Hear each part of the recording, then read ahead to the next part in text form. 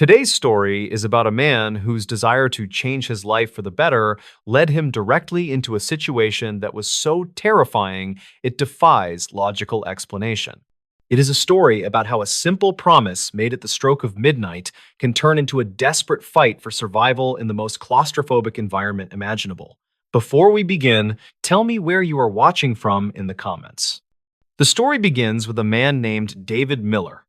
David was a 34-year-old accountant living in a quiet suburb just outside of Scranton, Pennsylvania. David was, by all accounts, a very safe person. He followed the rules, he never took risks, and his life was a predictable loop of spreadsheets, microwave dinners, and late-night television. But as December 31st, 2023 approached, David felt a profound sense of emptiness. He realized that he had spent his entire 20s and early 30s being afraid of the world. He was tired of being the man who said no to every adventure.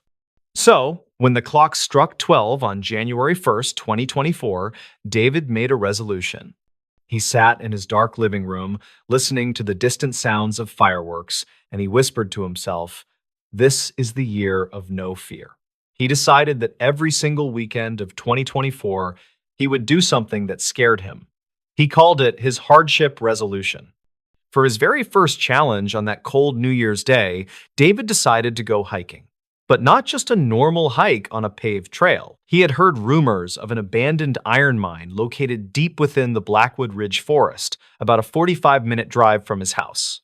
This mine, known as the Whispering Shaft, had been closed since 1892 after a series of unexplained disappearances among the miners. Local legend said the mine wasn't just deep, it was wrong. But David, fueled by his new resolution, pushed those thoughts aside. On the morning of January 1st, 2024, David packed his gear. He was inexperienced, but he was prepared. He brought 3 different flashlights, extra batteries, a heavy-duty rope, a first aid kit, and enough water for 2 days. The temperature outside was a biting 32 degrees Fahrenheit, and a light dusting of snow covered the ground as he pulled his silver SUV into the trailhead parking lot. He began his hike at exactly 9 o'clock in the morning. The woods were silent. There were no birds chirping, no wind rustling the dead leaves, just the rhythmic crunch of David's boots on the frozen earth. After hiking for about 3 miles, using an old topographical map he had found on an internet forum, he saw it. Tucked behind a thicket of overgrown hemlock trees was the entrance to the Whispering Shaft. It didn't look like much, just a jagged 4-foot-wide hole in the side of a granite cliff, reinforced by rotting timber beams that looked like they were one sneeze away from collapsing. A rusted iron sign hung crookedly above the entrance, its letters faded, but you could still make out the warning. Danger. Unauthorized entry prohibited. David stood there for a long time. His heart was hammering against his ribs at 120 beats per minute. Every instinct in his body was screaming at him to turn around, go home, and watch football. But then he remembered his resolution. He clicked on his primary headlamp, a powerful 2,000 lumen LED, and stepped into the darkness. The air inside the mine was instantly different. It was heavy, damp, and smelled of wet earth and something metallic, like old pennies. As David moved deeper, the tunnel began to narrow. He had to crouch, his 6-foot 2-inch frame feeling more and more cramped. By the time he was about 500 feet into the mountain, the ceiling had dropped to only 3 feet. He was now on his hands and knees, crawling over sharp rocks and cold mud. He checked his watch. It was 10:30 in the morning. He told himself he would go for another 30 minutes and then turn back. But as he rounded a sharp bend, his light hit something incredible. The tunnel opened up into a massive natural cavern that the miners had stumbled upon over 100 years ago. It was beautiful. Huge white stalactites hung from the ceiling like frozen teeth, and the walls sparkled with quartz. David stood up, stretching his aching back. He felt a surge of adrenaline. "I did it," he thought. "I'm actually doing it." He began to explore the perimeter of the cavern. In the far corner, he noticed a vertical shaft that dropped down into total darkness. Beside it was an old wooden ladder, surprisingly intact. David walked over and peered down. He couldn't see the bottom. He picked up a small stone and dropped it. He counted. 1, 2, 3, 4, before he heard a faint clink far below. It was deep, maybe 60 or 70 feet. Against his better judgment, David decided he wanted to see what was down there. He tied his rope to a sturdy-looking timber support beam, checked his harness twice, and began to rappel down the shaft. The descent was slow. Every time he moved, the old wood above him groaned, sending little showers of dust down his neck. When he reached the bottom, his feet touched a floor of soft black sand. He shined his light around and realized he was in a much smaller, perfectly circular room. But as he panned his light across the walls, his blood ran cold. The walls weren't made of rock. They were covered in thousands of small, hand-carved wooden dolls, all pinned to the earth with rusted iron nails. Each doll was dressed in tiny, rotting scraps of 19th century clothing. David backed away, his breath coming in ragged gasps. This wasn't mining. This was something else. He reached for his rope to start climbing back up, but as he put his weight on it, he heard a sickening crack from above. The timber beam he had tied the rope to, the one that had stood for over 130 years, finally gave way. In an instant, the rope went slack. David fell backward into the black sand as the heavy beam and a cascade of rocks came thundering down the shaft. A cloud of thick, choking dust filled the small room. David scrambled into a corner, shielding his head as the debris settled. When the silence returned, it was absolute. David flicked on his light, which had been knocked off his head. The shaft was gone. The collapse had completely plugged the hole with tons of granite and splintered wood. He was buried 60 feet underground in a room filled with thousands of staring dolls. He scrambled to the pile of rubble and began to dig frantically with his bare hands. He clawed at the rocks until his fingernails bled, but for every stone he moved, 3 more slid down to take its place. He was trapped. David sat back, trying to force himself to stay calm. He reached into his pocket and pulled out his cell phone. 0 bars. No service. He was 60 feet under solid rock. He knew there was no way a signal could get out, but he tried anyway. He dialed 911. The screen just blinked. Emergency calls only. Searching for network. He tried again. 911. Nothing. Someone will come for me, he whispered. But then he remembered he hadn't told anyone where he was going. He wanted his resolution to be a surprise. No one knew he was at Blackwood Ridge. He checked his supplies. He had 2 liters of water and 3 granola bars. He had his flashlights, but he knew the batteries wouldn't last forever. He turned off his headlamp to save power, plunging himself into a darkness so thick it felt like a physical weight on his skin. And that's when he heard it. At first, he thought it was just the sound of his own blood rushing in his ears. But then, it became clearer. It was a rhythmic, wet, sliding sound. Shh, slip. Shh, shh, shh. It was coming from the other side of the room near the wall of dolls. David froze. He didn't want to turn on the light. He was terrified of what he might see. But the sound was getting closer. It sounded like something heavy being dragged across the sand. Then, a new sound joined it, a high-pitched, metallic scratching, like a rusted nail being pulled across a chalkboard. David's hand trembled as he gripped his flashlight. He clicked it on and swung the beam toward the sound. The wall of dolls was different. Some of the dolls were missing. In their place were small, pale indentations in the dirt. And there, in the center of his light, was a hole in the floor that hadn't been there before. It was a narrow, jagged burrow, barely wide enough for a person to fit through. From that hole, a hand emerged. But it wasn't a human hand. It was too long, with 4 extra joints in each finger, and the skin was the color of a dead fish, translucent and glistening with slime. The fingers reached out and gripped the edge of the black sand, pulling a long, distorted torso out of the earth.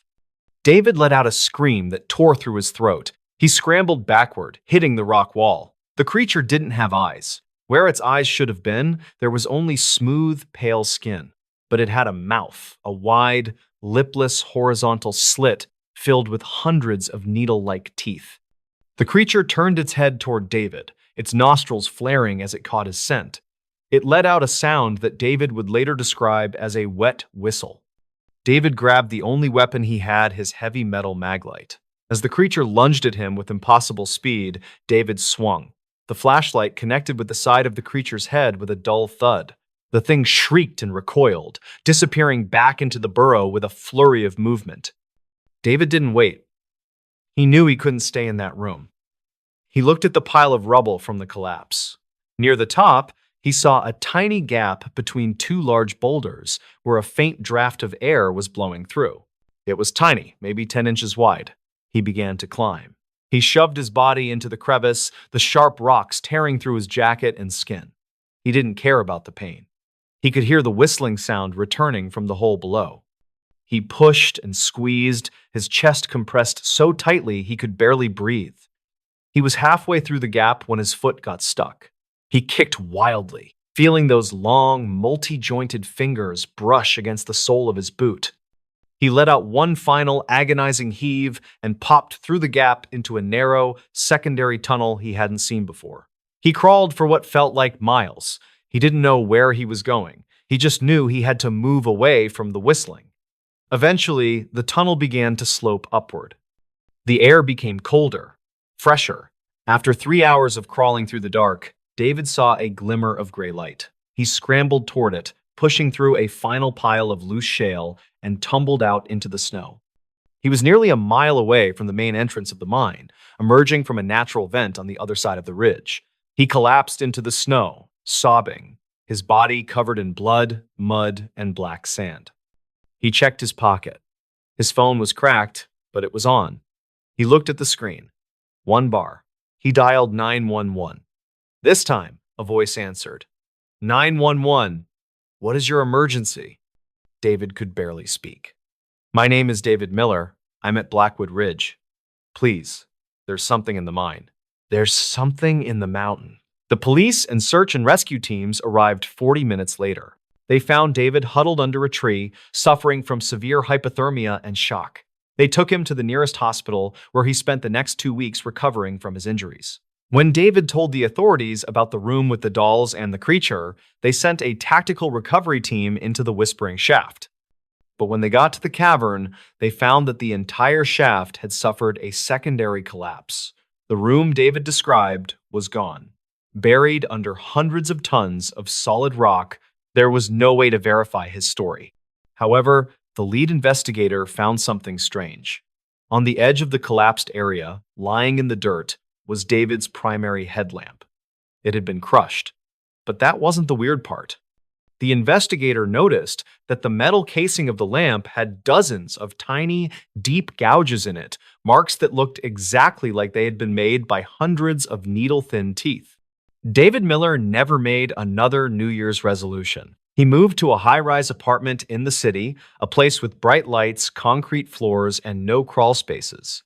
He still doesn't like the dark, and he never, ever goes hiking.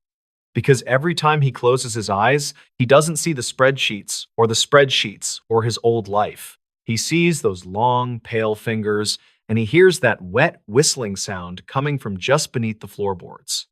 And that is going to do it for today's story. If you enjoyed this tale of the strange, dark, and mysterious, please let us know. We will see you in the next one. Today's story is about a journey that was supposed to be a victory lap, but turned into a slow-motion nightmare. It is a story about the finest police officers in the world, men who were considered unbreakable, being slowly taken apart by the unforgiving silence of the Canadian North. It is a reminder that in the wild, confidence can be just as deadly as a bullet. Before we begin, tell me where you are watching from in the comments. Now, let's get into the story. To understand the magnitude of this tragedy, we first have to look at the man at the center of it. His name was Inspector Francis Fitzgerald. In 1910, Francis Fitzgerald was a legend in the Royal Northwest Mounted Police. He was the kind of guy other cops wanted to be. He was handsome, he was tough, and he had spent his entire career in the Arctic. He had sailed the worst seas, arrested the most dangerous criminals, and traveled thousands of miles by dog sled. He was known as the man who never failed. Because of his stellar reputation, Fitzgerald was chosen for a prestigious assignment. Every winter, The mounted police did a patrol, a mail run from Fort McPherson, which is way up in the Northwest Territories, to Dawson City in the Yukon. This was not a walk in the park. It was a 475-mile trek through some of the most rugged, mountainous terrain on Earth. But for a man like Fitzgerald, it was routine. In fact, Fitzgerald didn't just want to do the patrol. He wanted to destroy the record. He wanted to make the trip faster than anyone had ever done it before. He selected his team carefully. He picked 3 men. First, there was Constable Richard Taylor. He was a powerhouse, a veteran woodsman who was fit and strong. Then there was Constable George Kinney. He was not as tough as Taylor, but he was reliable. Finally, there was Special Constable Sam Carter. Carter was an expert herdsman and a longtime resident of the North. So, you have 4 tough, experienced men. They had the best dogs. They had the best equipment. They were the dream team of the Arctic. But right before they left, there was a red flag. A massive red flag. A local indigenous guide offered to go with them. The route from Fort McPherson to Dawson City is tricky. There are hundreds of rivers and creeks that all look exactly the same. If you take one wrong turn, you end up in a dead end. Fitzgerald looked at the guide and shook his head. He said, "No thanks. I have a map, I have a compass, and I have Sam Carter. He knows the way." Fitzgerald was so confident in his ability to move fast that he made a critical calculation. He decided to travel light. He packed enough food for 30 days. The trip usually took roughly 30 to 40 days. He was cutting it razor thin because he assumed they would be flying across the snow. On December 21st, 1910, the 4 men and their 3 teams of 15 dogs set off from Fort McPherson. The temperature was a brisk 21 degrees below zero. The villagers waved goodbye, watching the lost patrol disappear into the white horizon. They expected to hear news of their record-breaking arrival in Dawson City in a few weeks. For the first week, everything went according to plan. The team was making incredible time. They were covering 20 miles a day. They laughed, they joked, and they camped under the northern lights. Fitzgerald felt validated. He didn't need a guide. He was the master of the North. But on New Year's Day, 1911, the luck ran out. A massive snowstorm hit. The trail, which was usually visible, was buried under feet of fresh powder. The landmarks were erased. Fitzgerald began to rely heavily on Sam Carter to navigate. But there was a problem. Sam Carter had only done this route once before, and it was 5 years ago, and he had done it in the opposite direction. The terrain started to look unfamiliar. They were searching for a specific river called the Little Wind River. It was the key to crossing the mountain range. Sam Carter looked at a frozen creek and said, "This is it. This is the turn." Fitzgerald checked his map. It didn't look quite right, but he trusted his man. He trusted the experience. So the patrol turned right, heading up a steep, winding canyon. They traveled for days up this river. The going got harder. The snow got deeper. The dogs were struggling. Finally, after wasting nearly a week fighting their way up this canyon, the river just ended. It fizzled out into a dense forest of willow and jagged rocks. It was a dead end. They had taken the wrong turn. Fitzgerald stood there, looking at the dead end, and the weight of his mistake crashed down on him. They had wasted precious food and precious energy going the wrong way. He checked the supplies. They had enough food left for maybe a week or 2, but they were only halfway to Dawson City. Fitzgerald made the only decision he could. He said, "We have to turn back. We have to go back to Fort McPherson." It was January 12th, 1911. The return trip should have been easy. Just follow their own tracks back, right? Wrong. The wind in the Arctic is relentless. Their tracks from the journey up the canyon had been completely blown away. They were breaking a fresh trail all over again. And now, the temperature dropped. We are talking about 50 degrees below zero. At that temperature, the air hurts to breathe. Your eyelashes freeze together, and they were running out of food. This is where the story shifts from an adventure to a horror movie. By mid-January, the dog food was gone. The dogs, which had been their loyal engines, were now starving. they became weak. And in the Arctic, when a sled dog can no longer pull, it becomes something else.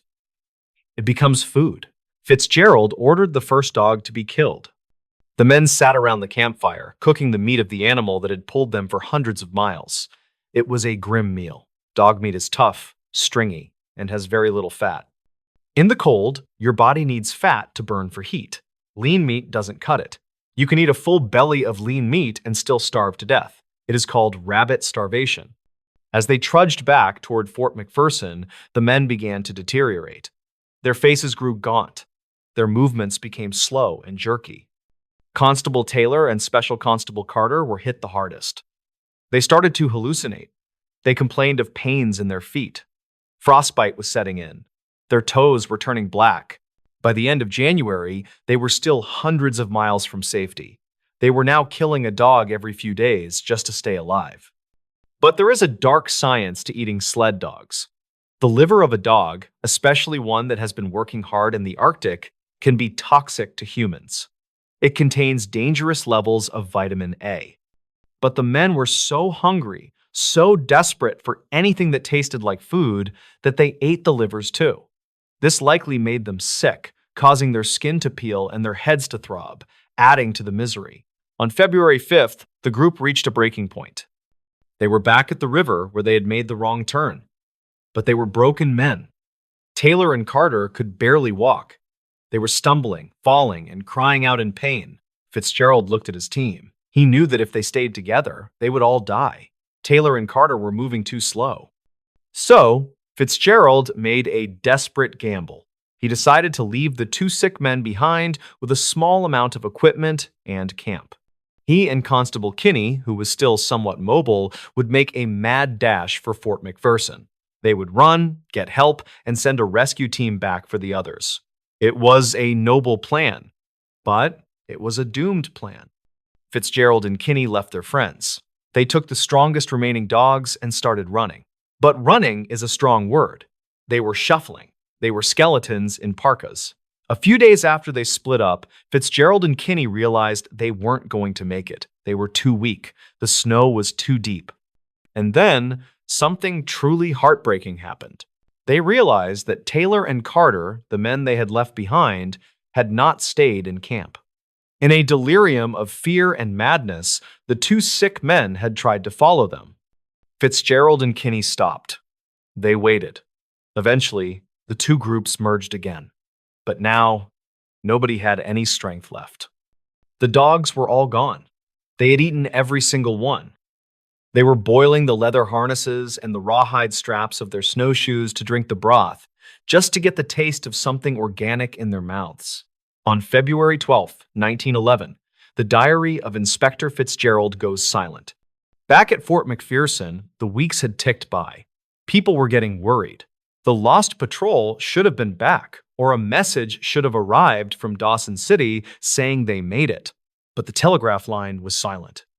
A corporal named William Dempster, a man who respected Fitzgerald but knew the dangers of the land, decided to launch a rescue mission.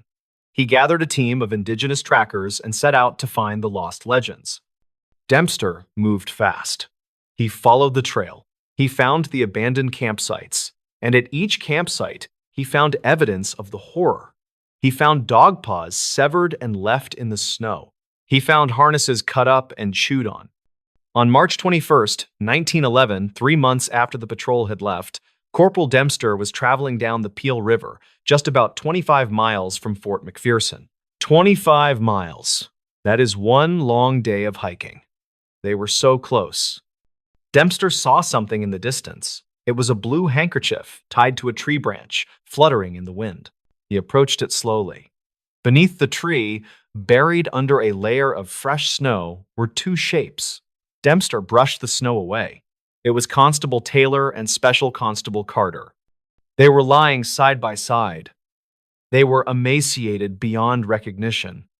Their faces were skeletal. Carter's hands were folded over his chest. Taylor had evidently died first, and Carter, in his final moments, had tried to cover his friend with a sleeping bag before lying down to die himself. But where were Fitzgerald and Kinney? Dempster and his team continued searching. They found tracks leading away from the bodies. Fitzgerald and Kinney had tried one last, desperate push. They had left their dead friends to try and crawl the last 25 miles. About 10 miles further down the river, Dempster found a makeshift campsite. There was a kettle sitting on the remains of a fire that had burned out weeks ago. Inside the kettle was half-cooked piece of moose skin, part of their boots. And lying next to the fire were the bodies of Inspector Francis Fitzgerald and Constable George Kinney. Fitzgerald was lying on his back. Even in death, he looked like he was trying to maintain some dignity. But the scene was horrific. He weighed less than 100 pounds. Dempster searched Fitzgerald's pockets. He found a piece of charcoal and a piece of paper. On it, Fitzgerald had written his last will and testament. It was a message to his wife. The note was shaky, written by a hand that was freezing to death. It read, "All money, watch, map, and furs is left to my beloved wife, Leela, and daughter. God bless you." And then, underneath that, a final line that summed up the entire tragedy. A confession from the man who never failed, the man who thought he could beat the North. He wrote, "My last hope is gone." The discovery of the lost patrol shocked the world. It was front-page news in London, New York, and Ottawa. How could the best of the best die like this? An inquiry was held. They analyzed every decision Fitzgerald made. They concluded that it was a combination of bad luck, bad weather, and one fatal flaw: hubris. Fitzgerald wanted the speed record so badly that he refused a guide.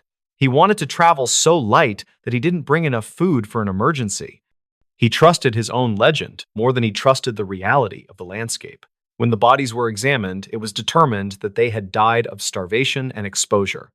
But the psychological torture they endured, the realization that they had taken a wrong turn, the eating of the dogs, the slow march toward a home they would never see is unimaginable. They were buried in Fort McPherson.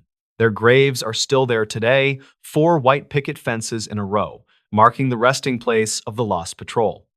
The Royal Northwest Mounted Police changed their rules after this. They made it mandatory to hire indigenous guides for long patrols. They established food caches along the route so that no one would ever starve again. But the lesson of Inspector Fitzgerald remains.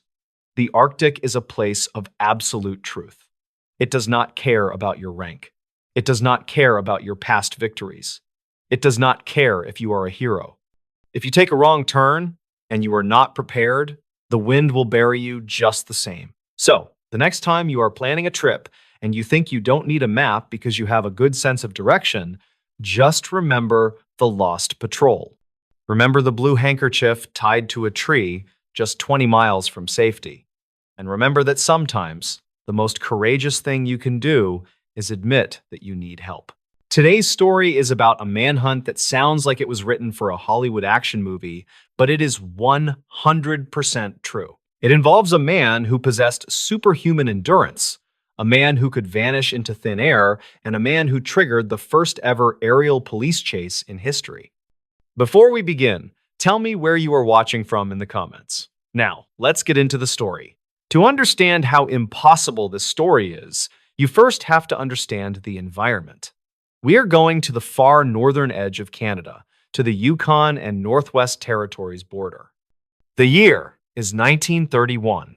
This is a place where the sun barely rises in the winter. The temperature routinely drops to 40, 50, sometimes 60 degrees below zero. It is a land of silence, snow, and death.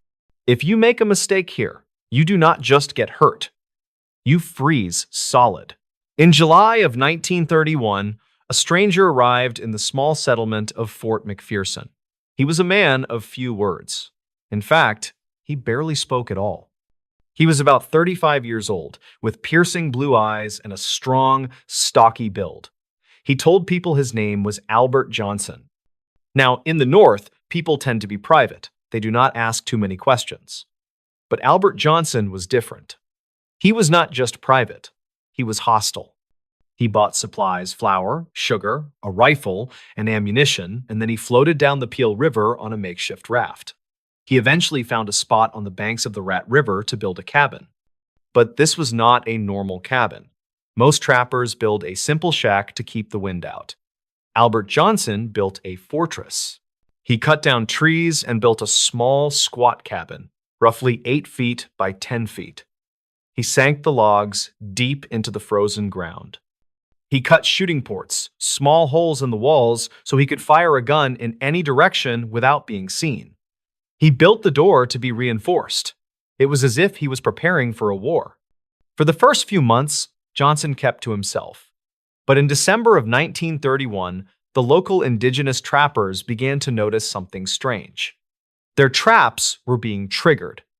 Someone was springing them and hanging them in the trees. This is a huge violation of the unwritten code of the bush. You do not mess with another man's livelihood. The trappers complained to the Royal Canadian Mounted Police, the RCMP, or the Mounties. On December 26, 1931, a police officer named Constable Alfred King and a special constable named Joe Bernard decided to pay Albert Johnson a visit. It was a routine check. They just wanted to tell him to knock it off. They trekked 60 miles through the snow to get to Johnson's cabin. When they arrived, they saw smoke curling from the chimney. Johnson was inside. Constable King walked up to the door and knocked. "Mr. Johnson," he called out. "I am Constable King with the RCMP. I need to speak with you." Silence. King knocked again. "Mr. Johnson, open the door!" Inside the cabin, Johnson remained dead silent. But King could hear him moving. He could feel eyes watching him through one of those shooting ports. King looked at Bernard. This was weird. Usually, a lonely trapper is happy to see a friendly face. But Johnson gave them nothing. Without a warrant, the officers could not break in. So, frustrated, they turned around and made the 60-mile trek back to Fort McPherson to get a search warrant. 5 days later, King returned. This time, he brought 3 other officers with him. They had a warrant. They meant business. They approached the cabin. It was dead silent. The snow was piled high around the walls. Constable King walked up to the heavy wooden door. He shouted, "Johnson! Open up! We have a search warrant!" There was no answer. King stepped forward and put his hand on the door to push it open. Boom! A shot rang out from inside the cabin. The bullet punched through the wooden door and slammed into Constable King's chest. King was thrown backward into the snow, blood pouring from his wound. The other officers scrambled for cover behind the trees. They opened fire on the cabin, peppering the logs with bullets. But Johnson had built his fortress well. The bullets just thudded harmlessly into the thick timber. The officers were in a panic. Their friend was bleeding out in the snow, and they were pinned down by a maniac in a bunker. They managed to crawl out, grab King, and drag him to safety. They loaded King onto a dog sled and raced him back to civilization. It was a miracle, but King survived. Now, the gloves were off. You do not shoot a Mountie and get away with it. A posse was formed. It was led by Inspector Eames. He gathered 9 men, 42 dogs, and 20 pounds of dynamite. They were going to blast Albert Johnson out of his hole. On January 9th, 1932, the posse arrived at the cabin. It was 40 degrees below zero. A blizzard was raging. They surrounded the cabin. Inspector Eames shouted for Johnson to surrender. The only answer was a gunshot. The siege began. The police fired hundreds of rounds into the cabin. Johnson returned fire with deadly accuracy. He moved from one shooting port to another, keeping the 9 men at bay. Finally, Inspector Eames had enough. He ordered the dynamite to be brought forward. One of the officers crawled through the snow, lit a fuse on a 4-pound bundle of dynamite, and tossed it onto the roof of the cabin. The explosion was massive. It shattered the silence of the Arctic night. The roof of the cabin collapsed. One of the walls blew out. The cabin was reduced to a smoking pile of rubble. The officers stood up. They lowered their guns. There was no way anyone could have survived that. It was over. They began to walk toward the ruins to recover the body. Suddenly, from the smoking debris, a figure rose up. It was Albert Johnson. He had dug a foxhole inside the floor of his cabin and had hunkered down during the explosion. He popped up like a jack-in-the-box and opened fire. The officers dove into the snow. They could not believe it. This man was unkillable. The weather was getting worse. The officers were freezing. They were running low on food for the dogs. They realized they could not take him that night. So, incredibly, the posse retreated. They left Albert Johnson alone in the ruins of his fortress. When they returned a few days later, Johnson was gone. Thus began the most famous manhunt in Canadian history. Albert Johnson was on the run. But he was not running like a normal man. He was running like a machine. The conditions were horrific. It was now roughly 50 degrees below zero. Most men would die of exposure within hours without a fire and a tent. Johnson had no tent. He had no sleeping bag. He had very little food. And he was being chased by expert trackers and indigenous guides who knew the land better than anyone. But Johnson was always one step ahead. He used tricks that baffled the trackers. He would walk backward in his snowshoes for miles to make it look like he was going the other way. He would walk in the tracks of caribou herds to hide his footprints. At night, he did not build a fire because the smoke would give him away. So, how did he survive? How did he not freeze to death? He dug down into the snowbanks to create tiny insulated caves to sleep in. He ate whatever he could find. Some reports say he chewed on tree bark and raw small game he managed to snare on the run. This is where the legend of his toughness grew. He was consuming the land itself to keep going. The posse chased him for weeks. Every time they thought they had him cornered, he vanished. At one point, Johnson reached a barrier that the police thought would stop him. It was the Richardson Mountains. These are steep, jagged peaks that form a wall between the Yukon and the Northwest Territories. In the dead of winter, they are considered impassable. The police blocked the only two passes through the mountains. They sat there, waiting, thinking, "We have him trapped. He has to come through here." But Johnson did not use the passes. In the middle of a blizzard, in pitch-black darkness, Albert Johnson did the impossible. He climbed a 7,000-foot vertical cliff face of ice and rock. He did this without climbing gear, wearing heavy winter clothes, carrying a rifle and a backpack. When the trackers found his tracks at the top of the mountain a few days later, they were stunned. The indigenous guides looked at the cliff and said it was impossible. But the tracks were there. Johnson was superhuman, but the law was catching up. On January 30th, the posse caught up to him in a thick patch of forest. They spotted him. "Surrender, Johnson!" Johnson responded with his rifle. In the chaotic gunfight that followed, a brave young officer named Constable Edgar Millen was shot through the heart. He died instantly. Now, Johnson was a cop killer twice over, or at least he had killed one and wounded another. The Mounties were furious. They were not going to let this man escape. They realized that on foot they could not match him. Johnson was moving too fast. He was averaging nearly 30 miles a day in deep snow, so they called in a secret weapon. For the first time in the history of police work, they hired an airplane to help in a manhunt.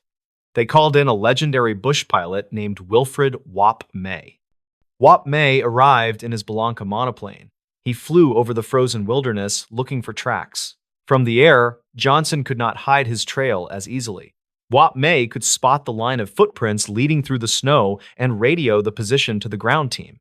Johnson heard the plane. He tried to use the tactic of backtracking, walking in circles, confusing the trail.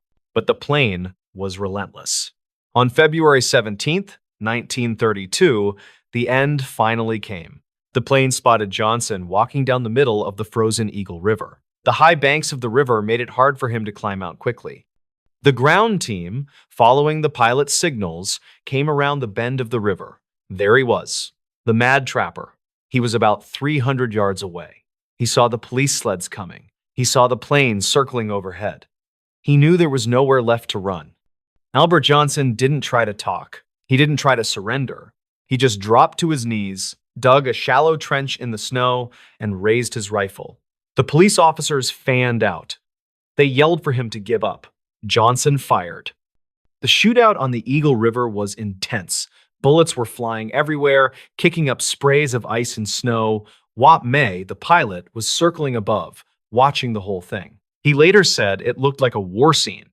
Johnson was hit, but he kept firing. He was hit again. He kept firing. Finally, a bullet severed his spine. The firing stopped. The officers waited. The wind howled over the ice. Slowly, carefully, they approached the body. Albert Johnson lay face down in the snow. He was dead.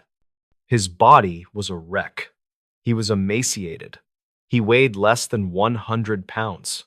His face was sunken, his skin waxy from frostbite and starvation. He had practically eaten nothing for a month, yet he had outrun a team of well-fed men and dogs for 150 miles. But the mystery of the mad trapper did not end with his death. In fact, it only got deeper. When they searched his body, they found a few $1,000s in cash, a huge amount for 1932. They found some gold teeth in his pocket, which was strange. They found a compass, a knife, and some pills. But they did not find a single piece of identification. No wallet, no letters, no name. Albert Johnson was just a name he had given when he arrived. It was an alias. They took his fingerprints.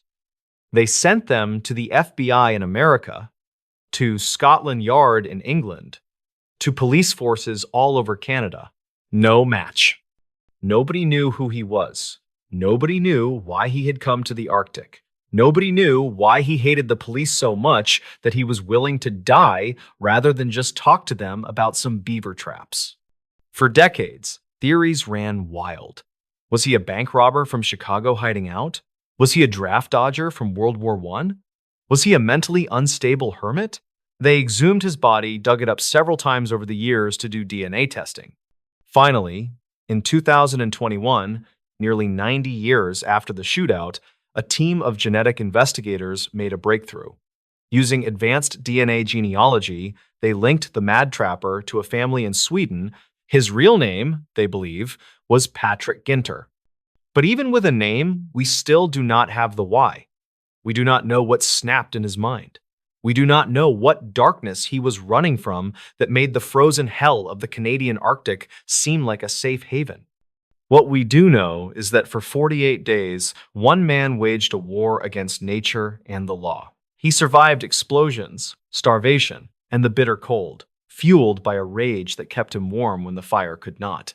He was the man who ate trees. He was the man who refused to break.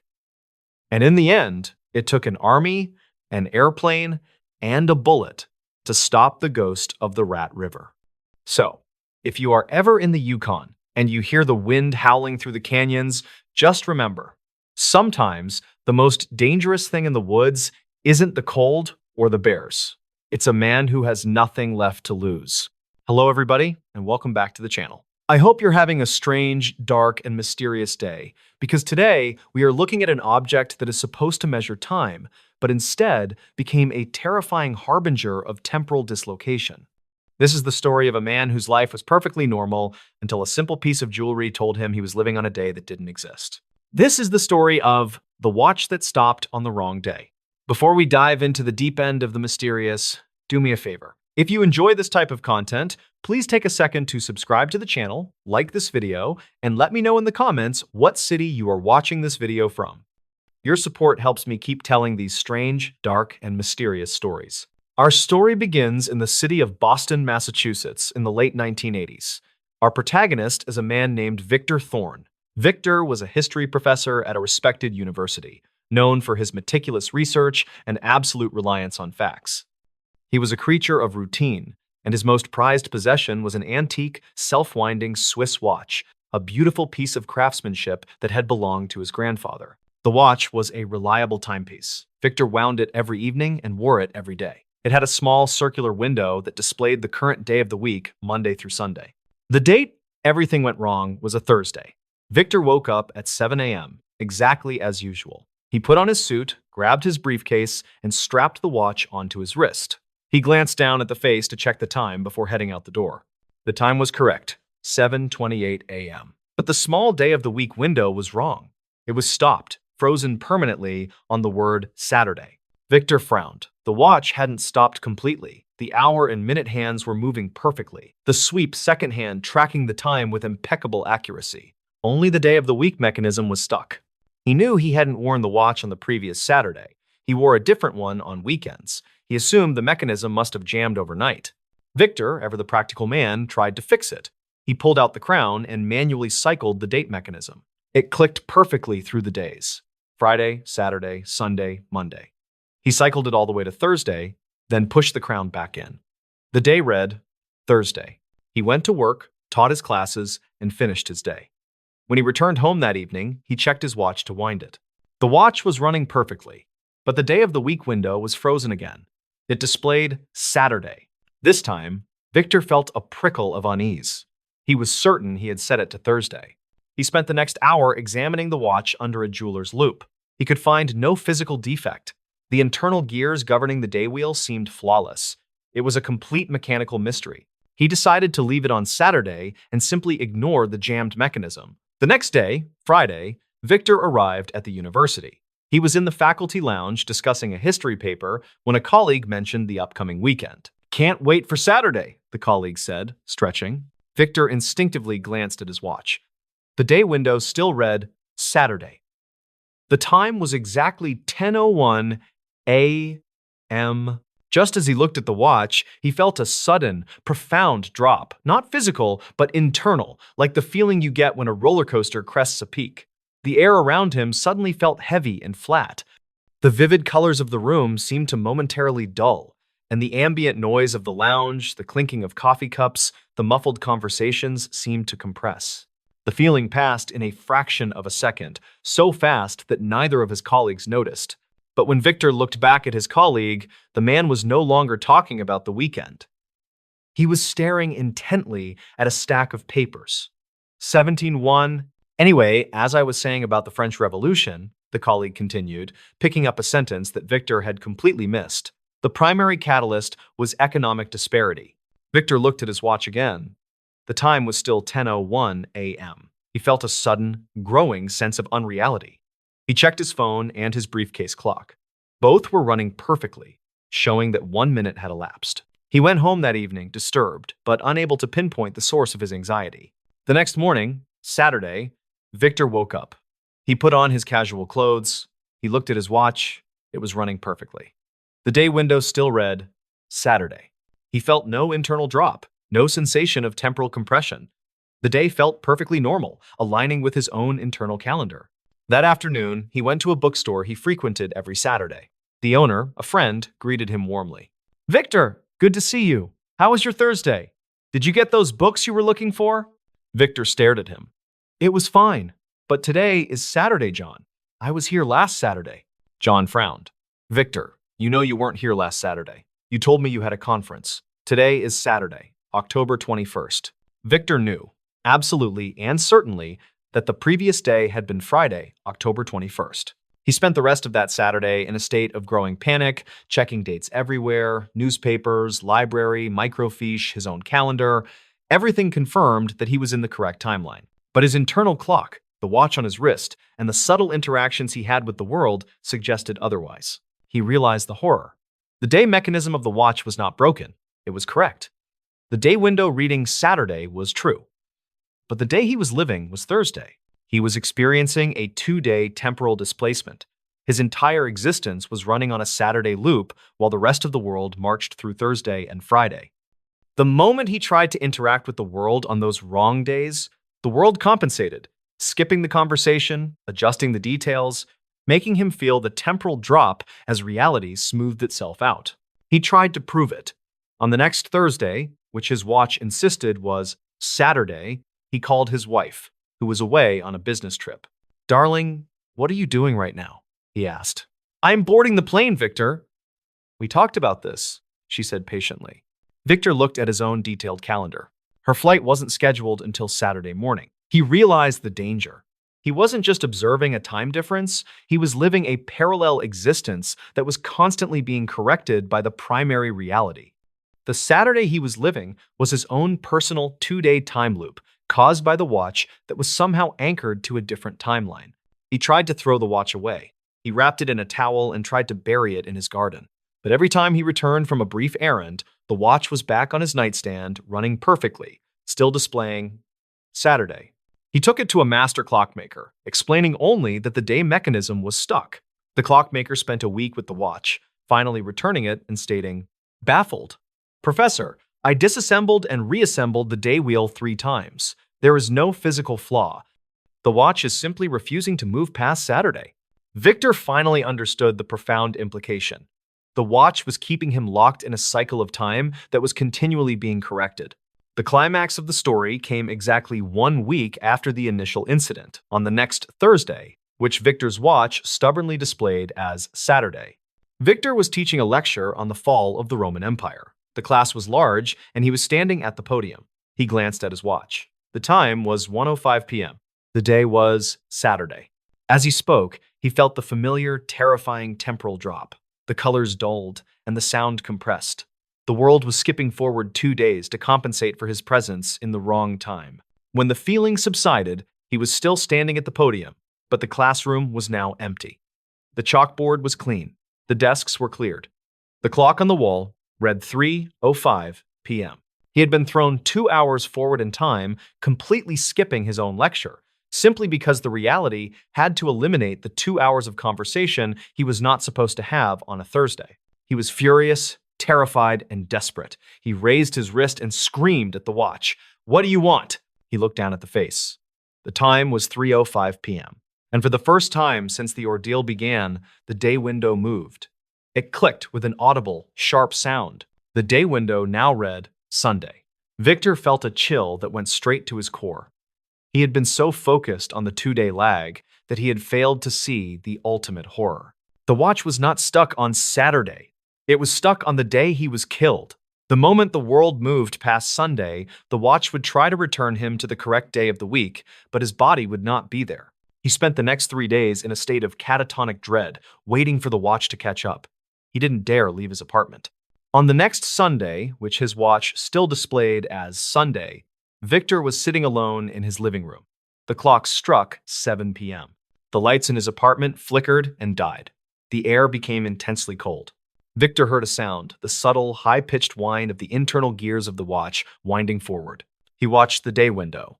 It moved slowly, painfully, clicking past Monday. Victor felt the final, ultimate temporal drop. The darkness was absolute. He woke up the next morning. He was lying on the floor. The apartment was still dark. He looked at his wrist. The watch was gone. He was alive. He had survived the temporal jump. But as he staggered to his feet, he looked down at his hand. He was no longer wearing his old silk pajamas. He was wearing clothes he didn't recognize, a heavy, faded gray institutional uniform. He stumbled to the window and looked out. It was still Boston, but the cars were different. The buildings were older, and the sky was a sickly, unfamiliar yellow. He was no longer in his apartment. He was in a small, cramped room with barred windows. A voice called out from the hallway. "Wake up, number 7! Oh, 4! It's Monday! Time for your therapy!" Victor realized the truth. The watch hadn't taken his life. It had simply thrown him forward in time, past his death, and into a future where he was institutionalized, classified only by a number. And to this day, Victor Thorne lives in that future, forever searching the faces of the people around him for a hint of recognition, always terrified that one day he will see an old Swiss watch stuck on Saturday resting on someone's wrist. And that, ladies and gentlemen, is the strange, dark, and mysterious story of the watch that stopped on the wrong day. Until next time, take care of yourselves. Hello, everybody, and welcome back to the channel. I hope you're having a strange, dark, and mysterious day, because today we are venturing out onto the relentless, churning waters of the North Atlantic. This is a story about the terrifying finality of the sea, the perfect erasure of a human life, and a disappearance so clean, so absolute, that it defied all logic and left behind only the chilling riddle of an empty boat. This is the story of the unsolvable case of the missing fisherman. Before we dive into the deep end of the mysterious, do me a favor.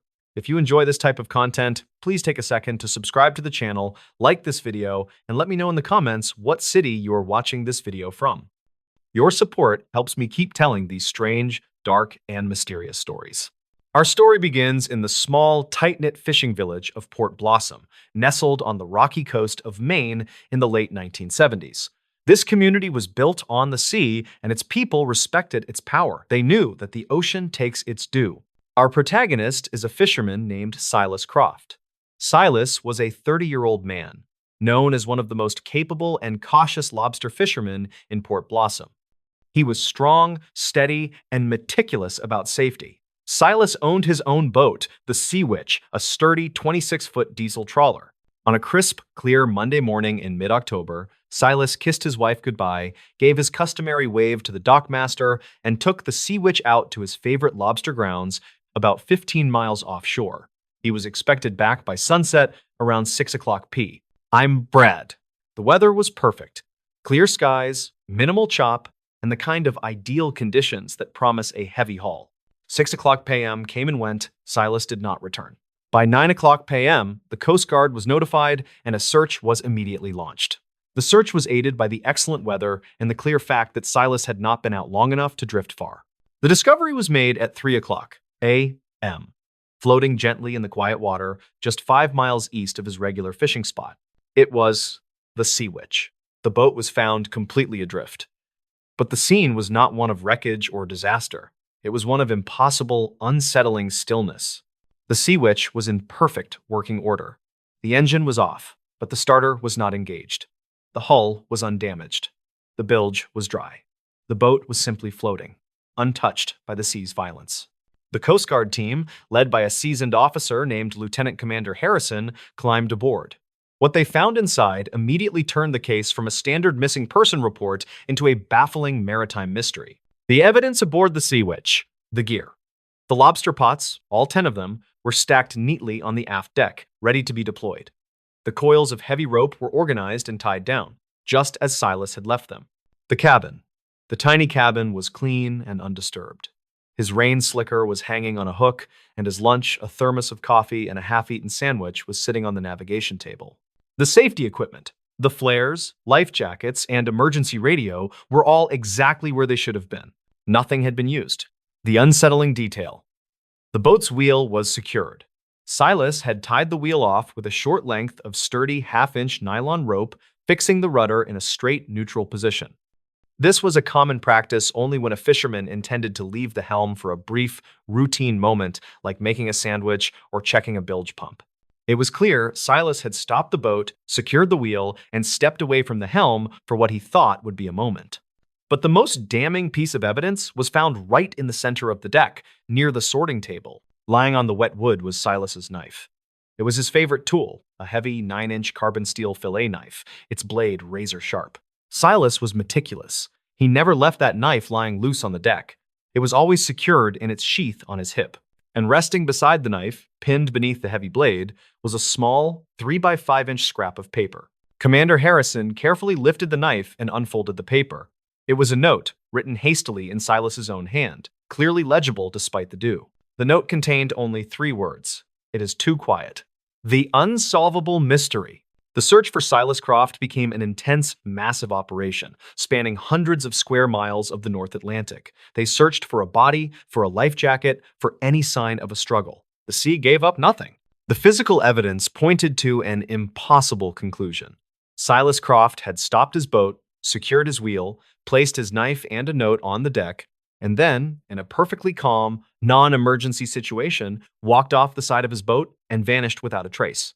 The Coast Guard, unable to rationalize the event, suggested that Silas must have suffered a sudden, acute psychological break, written the note, and committed suicide. The people of Port Blossom, however, rejected this idea completely. Silas was not a depressed man. His note, "It is too quiet," was not a cry of despair. It was a cryptic professional observation. The fishermen knew what that phrase meant. The ocean, even on a calm day, is never truly silent. There is always the rush of the wind, the cry of gulls, the slap of the water, the whine of the engine, the distant drone of ships. When the ocean becomes too quiet, it means the natural background noise has stopped, and it is replaced by an unnerving, profound silence. Silas had experienced a localized atmospheric or oceanic anomaly, a pocket of silence that was so profound it compelled him to stop his work. But why would he leave his knife and write a note? The only person who provided a clue was Silas's wife, who confessed that Silas had recently developed an odd habit. Before every trip, he would take his knife, tap the deck 3 times, and repeat a small, strange phrase he refused to explain. "Don't take the sound."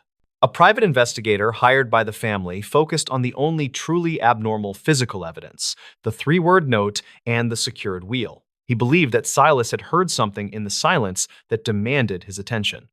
He theorized that Silas had anchored his boat not to have lunch, but to get a better look at something floating nearby, something he didn't want to lose track of. But if he was going to look, why wouldn't he take his binoculars? Why leave the knife? The case went cold, haunting Port Blossom for decades. The Sea Witch was eventually salvaged, but the question of what happened to its captain remained unanswered. The second incident. The mystery reignited exactly 10 years later, in October 1988. Another fisherman from Port Blossom, a man named George Harper, was fishing in the exact same spot where the Sea Witch was found. The weather was again unnaturally calm. George returned to Port Blossom that evening, visibly shaken. He stumbled off his boat and immediately went to the Coast Guard station, where he demanded to speak only to Commander Harrison, who was still serving in the area. George recounted a terrifying experience. He had been pulling in his lobster traps when the engine on his boat suddenly stalled, despite being brand new and flawlessly maintained. He tried to restart it, but the ignition was dead. The moment the engine died, the silence descended. "It wasn't just quiet, Commander," George whispered to Harrison. "The air felt thick, heavy. The gulls stopped flying. The water, it stopped moving. It was like I was floating in a tank of glass." George, terrified, grabbed his radio to call for help.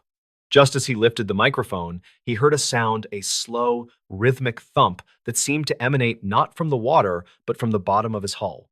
Thump, thump, thump. He described the sound as being huge, like a deep heartbeat.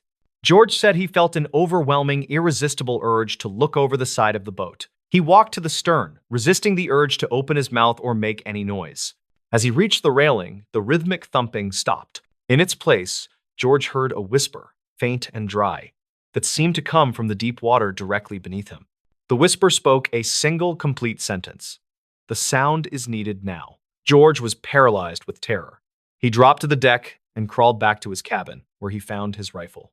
He sat there, pointing the rifle at the water for 2 hours, until, suddenly, the silence broke. The gulls cried, the water lapped, and the engine on his boat suddenly roared back to life without him touching the ignition.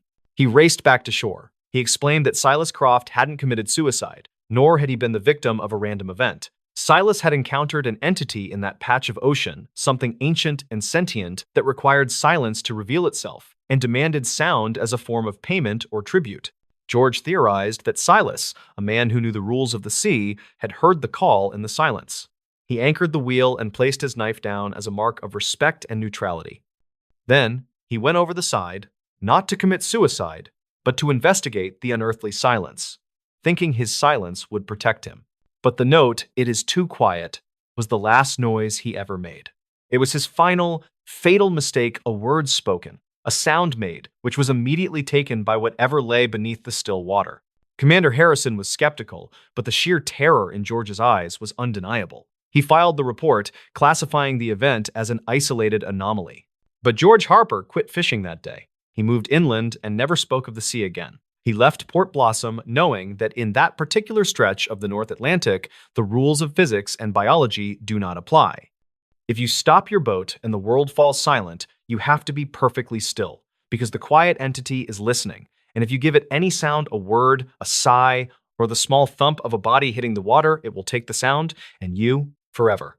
And that, ladies and gentlemen, is the strange, dark, and mysterious story of the unsolvable case of the missing fisherman. Until next time, take care of yourselves. How is everyone doing today? I hope you are all well, and if you are not, I hope things get better for you soon.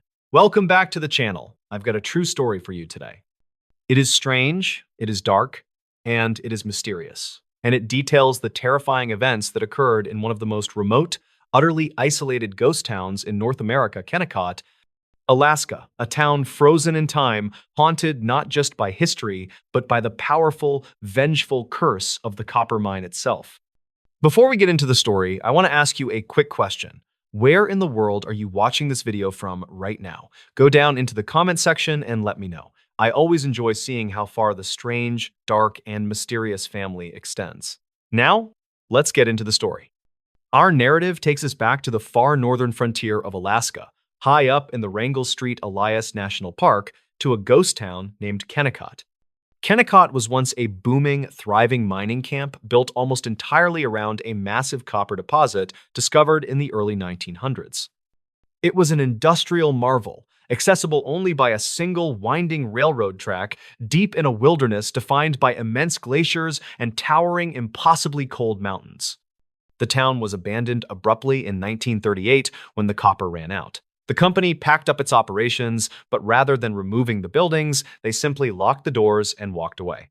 The result is a perfectly preserved, silent industrial town of colossal wooden structures, mill buildings, and processing facilities, all left at the mercy of the brutal Alaskan winters. The entire place is a frozen monument to greed and haste. Our story focuses on a team of 3 civilian engineers and 1 historian hired by the National Park Service in the early 1990s.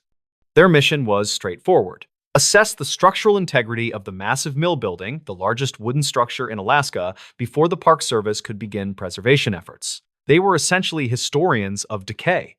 The team consisted of Dr. Aaron Wells, the lead engineer, and an expert in cold weather physics. Ben and Lisa, 2 structural technicians, and Dr. Ellen Gray, the historian, who was obsessed with the strange, short, and wildly profitable history of the Kennecott mine. The team arrived in late October. The last bush plane dropped them off, promising to return in exactly 2 weeks. They were equipped with satellite phones, generators, and enough high-tech monitoring gear to stabilize a small skyscraper.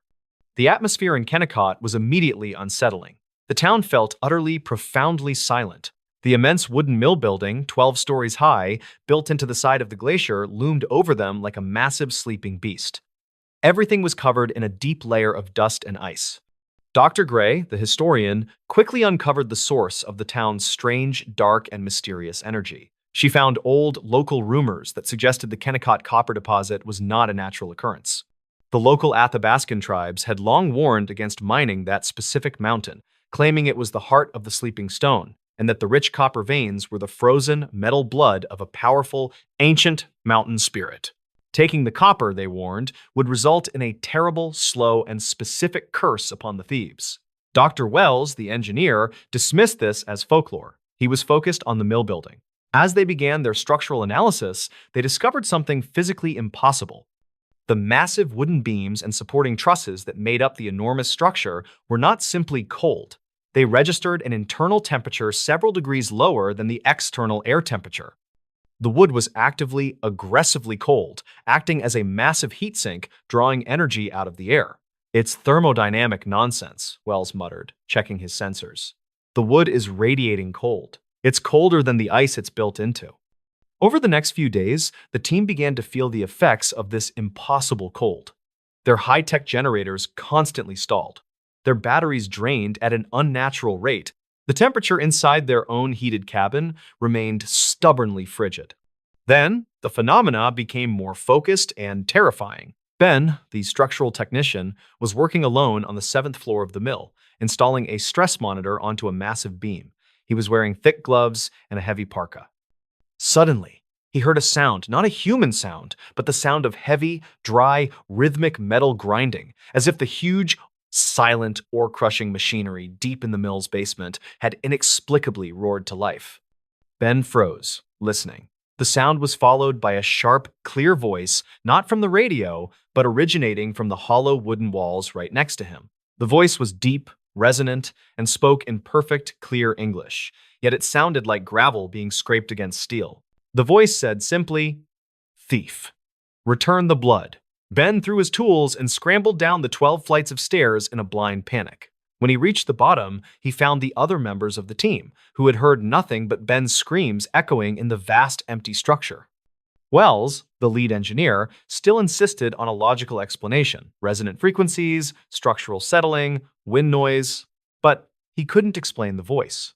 Dr. Gray, however, knew. She had found a specific reference in the old mine logs. The local Athabascan legend warned that the curse of the heart of the sleeping stone was not aimed at their lives, but at their warmth and their tools.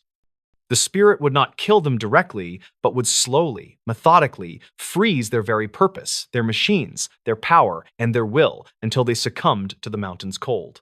The most bizarre, dark, and mysterious event occurred the next night. The team was huddled in their cabin, afraid to leave. They heard the sound of footsteps outside. Not human footsteps, but a slow, heavy, rhythmic dragging sound moving across the hard-packed ice right outside their windows. It sounded like something with immense, massive feet was slowly circling their cabin. Mike, the engineer, grabbed the high-powered thermal camera and looked out the window, pointing the lens into the darkness. What the camera showed defied everything Dr. Wells believed about physics. There was a figure outside the cabin, a colossal silhouette about 10 feet tall. But the creature was not hot or cold. It was perfectly, absolutely null. It registered 0 Kelvin, a terrifying, impossible temperature that showed up on the thermal camera as a blank, perfectly black void against the warm purple background of the snow. It was a zone of pure, absolute cold moving in the physical world. The creature was dragging something. The thermal camera captured the sight of a large, heavy, antique copper kettle being dragged across the ice. The kettle was radiating a fierce, localized heat, the only warm spot in the entire scene, glowing white-hot against the creature's cold blackness. As the creature stopped right outside their door, the voice, the grinding, gravelly voice, spoke again, inside their heads this time. "The warmth is mine. It leaves with the blood." The team understood the horrifying symbolism. The copper was the blood of the mountain, and the creature, the vengeful spirit, was collecting the copper and the heat energy it represented, storing it in the copper kettle before taking it back to the frozen core of the mill. Dr. Wells, abandoning all pretense of scientific objectivity, realized the only way to survive was to somehow break the curse's focus. They had 1 day left before the bush plane was due. They had to survive until morning. Wells developed a desperate plan. They had to return the source of the heat back to the mill, confusing the spirit's focus. The primary heat source in the cabin was their generator. They managed to haul the heavy, sputtering generator out onto the snow and dragged it toward the colossal mill building. The air grew impossibly cold as they neared the mill, the internal cold of the wood now actively attacking them. Their eyelids felt glued shut, and their lungs burned. As they approached the massive mill entrance, the sound of the metallic grinding began again, growing deafening. They saw the creature. It was standing at the threshold of the mill, its null-black form outlined by the dim moonlight. The copper kettle was sitting at its feet, radiating intense, pure heat. Wells, on the verge of collapse, pushed the sputtering generator over the threshold. The generator roared, spewing heat and exhaust into the cold air. The moment the generator's heat hit the ground, the creature reacted. It let out a single, piercing, non-acoustic shriek of pure, telepathic pain that knocked the team backward onto the ice. The mill building then reacted. The massive wooden structure, 12 stories of silent, dead timber, began to groan not from settling, but from immense internal effort. The internal temperature sensors, which they were still carrying, spiked violently, showing a sudden, catastrophic internal heat surge that should have instantly incinerated the building. The colossal structure was fighting itself, the generator's heat against the mountain's cold. The creature's null-black form dissolved instantly into a cloud of swirling, white, supercooled vapor. The copper kettle, now empty, rolled across the ice and shattered into 1,000 shards of brittle, frozen metal. When the snow settled, the mill was silent again. The internal heat surge vanished, returning the mill to its impossible cold. The generator was now silent, completely seized and frozen solid. The team staggered back to the cabin, barely alive.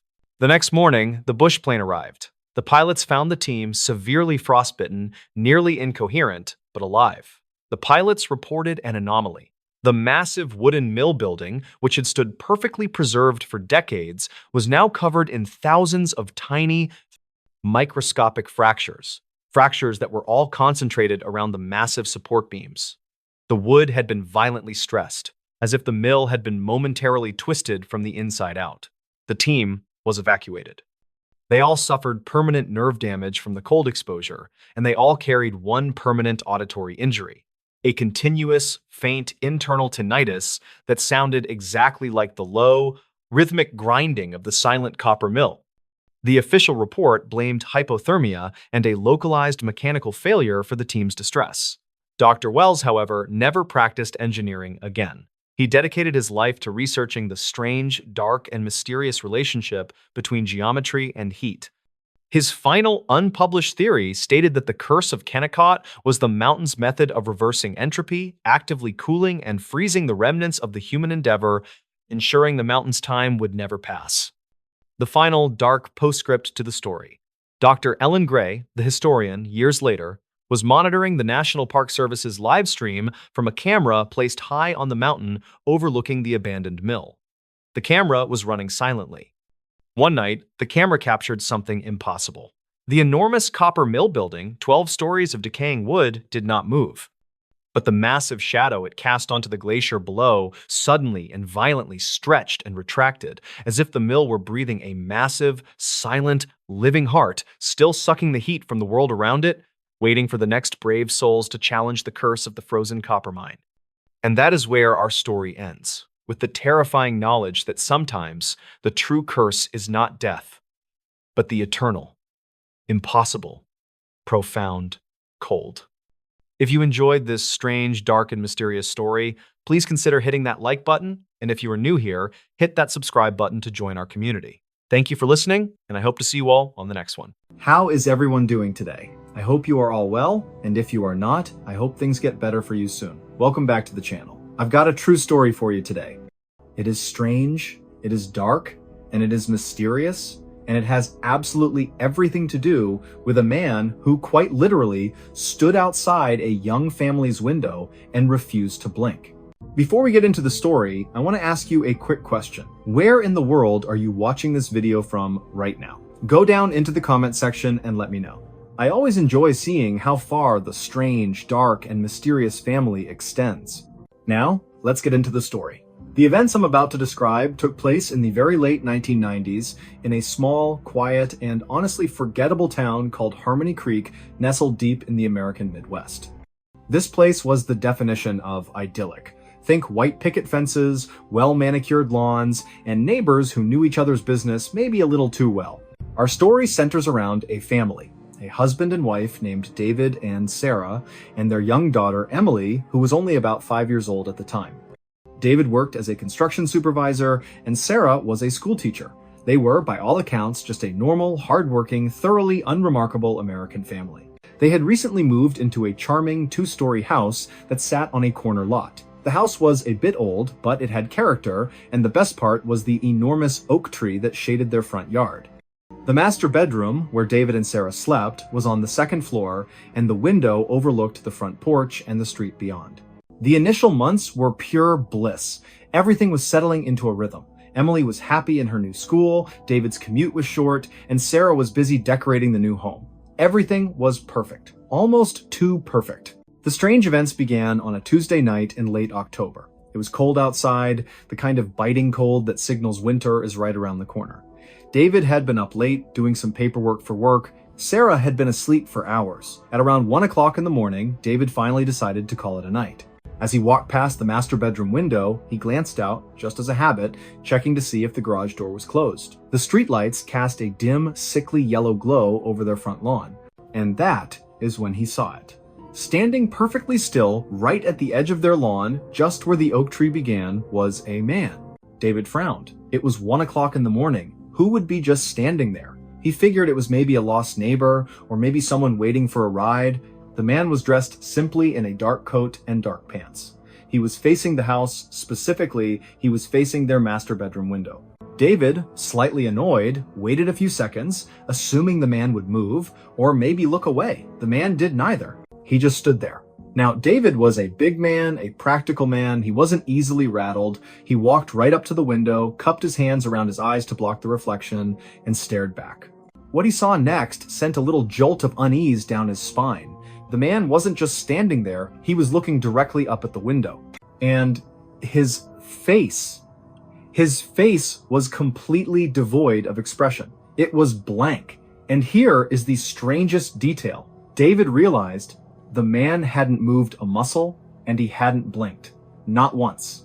David continued to stare, trying to figure out what was happening. Was this a prank? Was the man drunk? David tapped lightly on the glass. Nothing. The man was frozen, looking up. Finally, David felt a rush of anger and adrenaline. He yanked the window open, letting in a blast of cold air, and he yelled, "Hey, can I help you?" The man didn't flinch. He didn't react to the sound, the cold air, or David's shout. He just kept staring, his eyes wide, unblinking, fixed on David. This was not normal. This was not a lost neighbor. David quickly slammed the window shut, locked it, and then hurried over to the bedside table to grab his phone. He dialed the non-emergency police line. He explained the situation, feeling a little foolish as he did so. Yes, an individual is standing on my lawn, staring at my window. No, he hasn't done anything. Yes, he's just standing there. The dispatcher, probably used to dealing with far stranger things, assured him they would send a patrol car to check it out. David then sat by the window, peeking through the curtain. The man was still there, a dark, unsettling silhouette against the weak glow of the streetlight. After maybe 10 minutes, David heard the distant wail of a siren getting closer. As the lights from the approaching police cruiser rounded the corner, David watched. The man was still there. The police car pulled up to the curb. The officer, a young man, stepped out, shone his bright flashlight directly at the figure, and spoke. David couldn't hear the exact words, but he saw the officer gesture, clearly asking the man to move along. And here is where the story takes a sharp left turn into the strange. The man, the one who had been frozen solid for the last 15 minutes, suddenly and silently turned his back to the house. He didn't walk, he just slowly pivoted on the spot. And then he walked away. He didn't run, didn't look back, and didn't acknowledge the police officer in any way. He simply walked down the street and disappeared into the darkness. The officer looked up at David's window, gave a brief shrug, and drove off. David felt a huge wave of relief wash over him, followed by a lingering sense of profound weirdness. He told Sarah about the incident the next morning, but he played it down, calling it a drunk guy or a harmless weirdo. Sarah found it creepy, but quickly forgot about it. Except the man came back. Exactly 1 week later, on Wednesday night, David was woken up by a tiny, high-pitched scream. It was Emily, their 5-year-old daughter. David bolted out of bed and rushed to her room. Emily was sitting up, trembling, tears streaming down her face. "Daddy, the man," she whispered, her voice barely audible. "The man is looking." Emily's room was on the first floor, facing the backyard. The window was low, easily accessible from the ground. David looked at the window, which was thankfully covered by thick, dark curtains. "What man, sweetheart?" David asked, trying to keep his voice calm. "The standing man," she insisted, pointing a small finger towards the curtain. "He was at the window." He was just standing there. David pulled the curtains aside. The yard was pitch black. He looked out at the tall wooden fence. Nothing. He stayed with Emily until she fell back asleep, but his blood was now ice cold. This wasn't some random drunk on the street anymore. This was personal. This man had moved to his daughter's window. The next day, David did 2 things. First, he called the police again and reported the man as a potential prowler, emphasizing the bizarre nature of the staring. The police took a detailed report and promised to increase patrols in the area. Second, David bought 2 large industrial-strength floodlights and installed them in the backyard, making it impossible for anyone to hide in the shadows. He also bought motion sensors. For 2 weeks, nothing happened. David and Sarah started to relax. Maybe the police presence had scared him off. Maybe Emily had simply had a bad dream. Then came the weekend. It was Saturday night, and David and Sarah were downstairs watching a movie. Emily was asleep. At about 10 o'clock, the backyard floodlights suddenly flared on, triggered by the motion sensors. The entire backyard was bathed in a blinding, artificial light. David paused the movie and exchanged a worried look with Sarah. "It's probably just a cat," David whispered, but he knew better. He crept to the kitchen window, which overlooked the backyard. He slowly pulled the curtain back an inch and peered out. The floodlights were doing their job perfectly. Every corner of the yard was visible, and standing right there directly outside Emily's window, just inches away from the glass, was the man, the unblinking man. He was in the exact same clothes, the same dark coat, the same blank, expressionless face, staring into the window. His nose was almost touching the glass. David could see the pale, almost gray color of his skin in the glare of the floodlights. David felt a primal, terrifying wave of fear. This was not an ordinary person. This was someone intent on terrorizing his family, maybe even worse. This time, David didn't yell. He didn't call the non-emergency number. He grabbed the baseball bat he kept by the back door and, with a controlled fury, threw open the kitchen door and ran into the backyard. Get off my property, now! David roared, raising the bat. The man didn't move. He didn't even turn his head. He continued to stare fixedly at Emily's window. It was as if he hadn't heard David at all. David sprinted across the lawn. He was only 10 feet away, maybe less. He could see the man's unmoving eyes, the lack of a single blink, the absolute stillness. Just as David was about to swing the bat, something truly unsettling happened. The man did not run, he did not fight. He simply lowered his gaze from the window to the ground, and then, without making a sound, he began to sink. David skidded to a stop, his bat held high. He blinked rapidly, thinking the bright lights were playing tricks on his eyes. The man was sinking into the lawn. Slowly, silently, he was descending into the soft earth, as if he were made of smoke or liquid. His shoes disappeared first, then his ankles, then his dark trousers. David stood there, dumbfounded, adrenaline replaced by sheer, pure terror. In less than 3 seconds, the man was gone.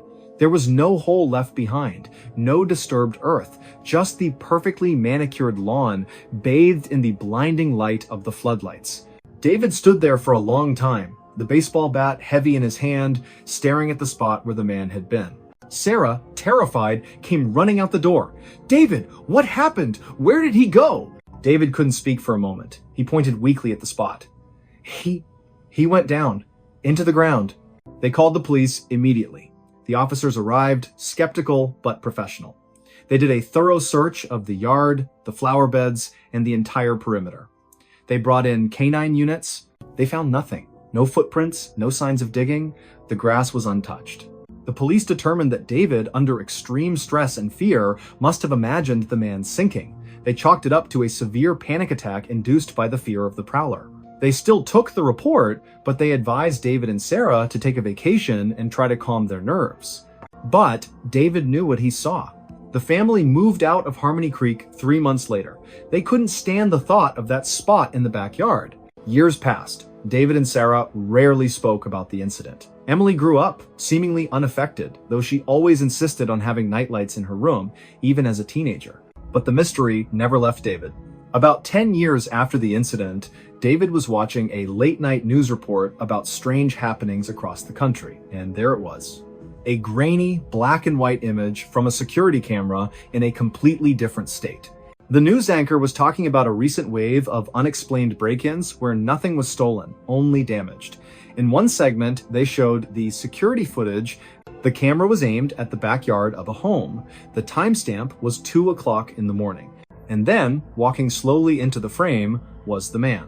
The unblinking man. He walked right up to the back door, stared at the camera for a moment, and then he started to sink into the ground, just as David had witnessed.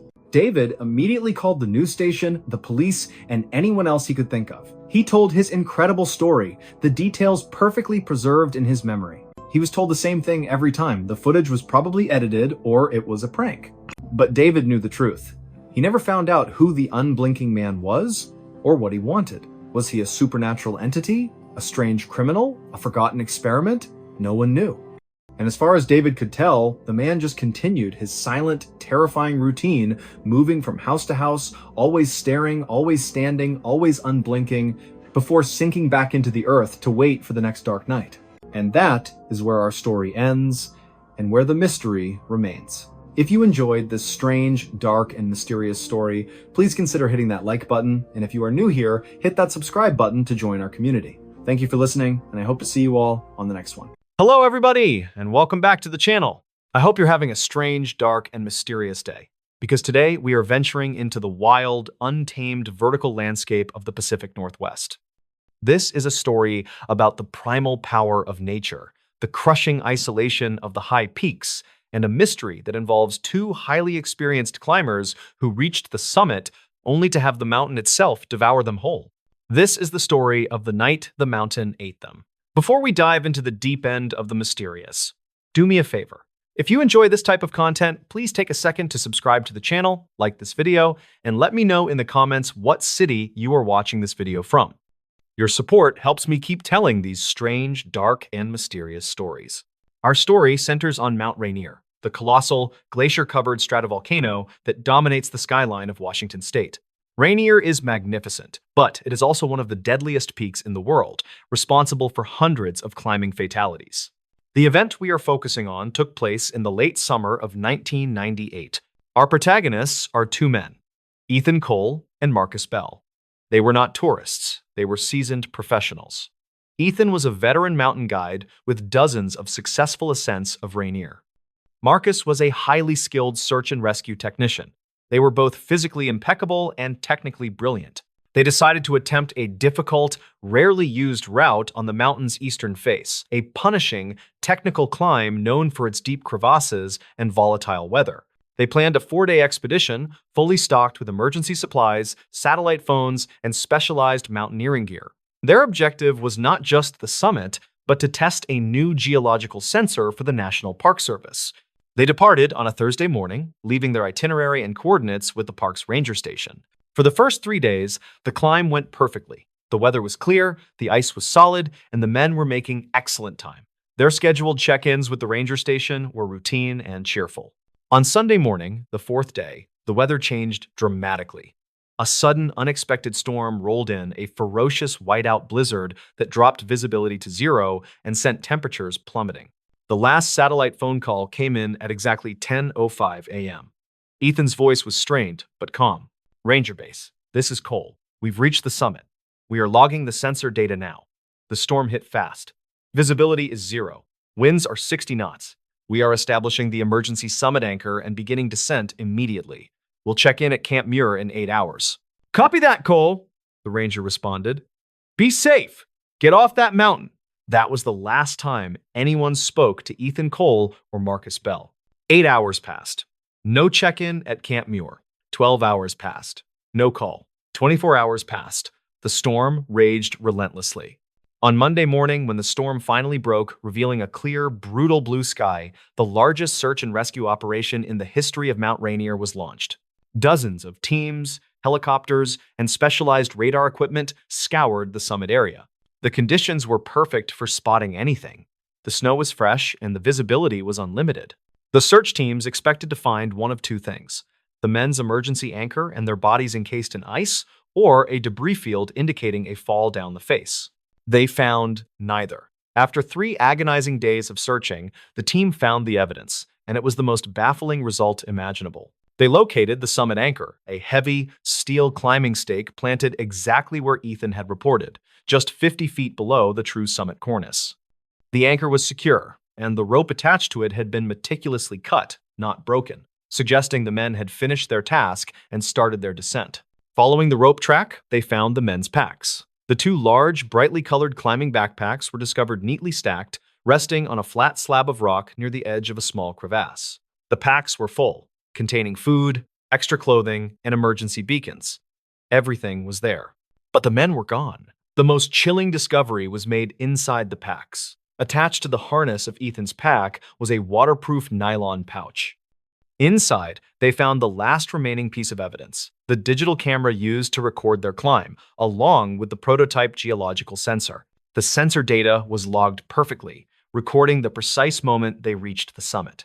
The digital camera contained only 7 photographs.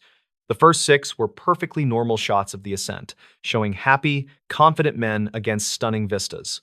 The final photograph was taken from the summit, 10 minutes after the final call to the base. It was a picture of the storm. The image was a swirling, opaque wall of white snow and wind, illuminated only by the camera flash. It captured the terrifying ferocity of the whiteout. But in the bottom left corner of the frame, there was a faint, blurry shape, a dark, irregular outline against the white snow. It was too indistinct to identify, but it looked unnaturally sharp, almost geometric. The men had been standing right there, packs stacked, rope anchored, camera in hand, and they had simply vanished. The subsequent investigation ruled out every rational explanation. Avalanche. There was no sign of an avalanche chute or debris nearby. Crevasse fall. The closest crevasse was shallow, and there was no damage to the lip of the crevasse or the snow surrounding it. Hypothermia. Exposure. The men had abandoned their full packs, which contained the gear that would have saved their lives. They would never willingly discard their emergency insulation and food in a whiteout. Foul play. Impossible. They were alone on the summit. The only physical evidence remaining was the faint, dark shape in the final photo, and a single, unexplainable finding from the geological sensor. The data from the prototype sensor showed that at the exact moment the final photograph was taken, the ground beneath their feet registered an impossible reading.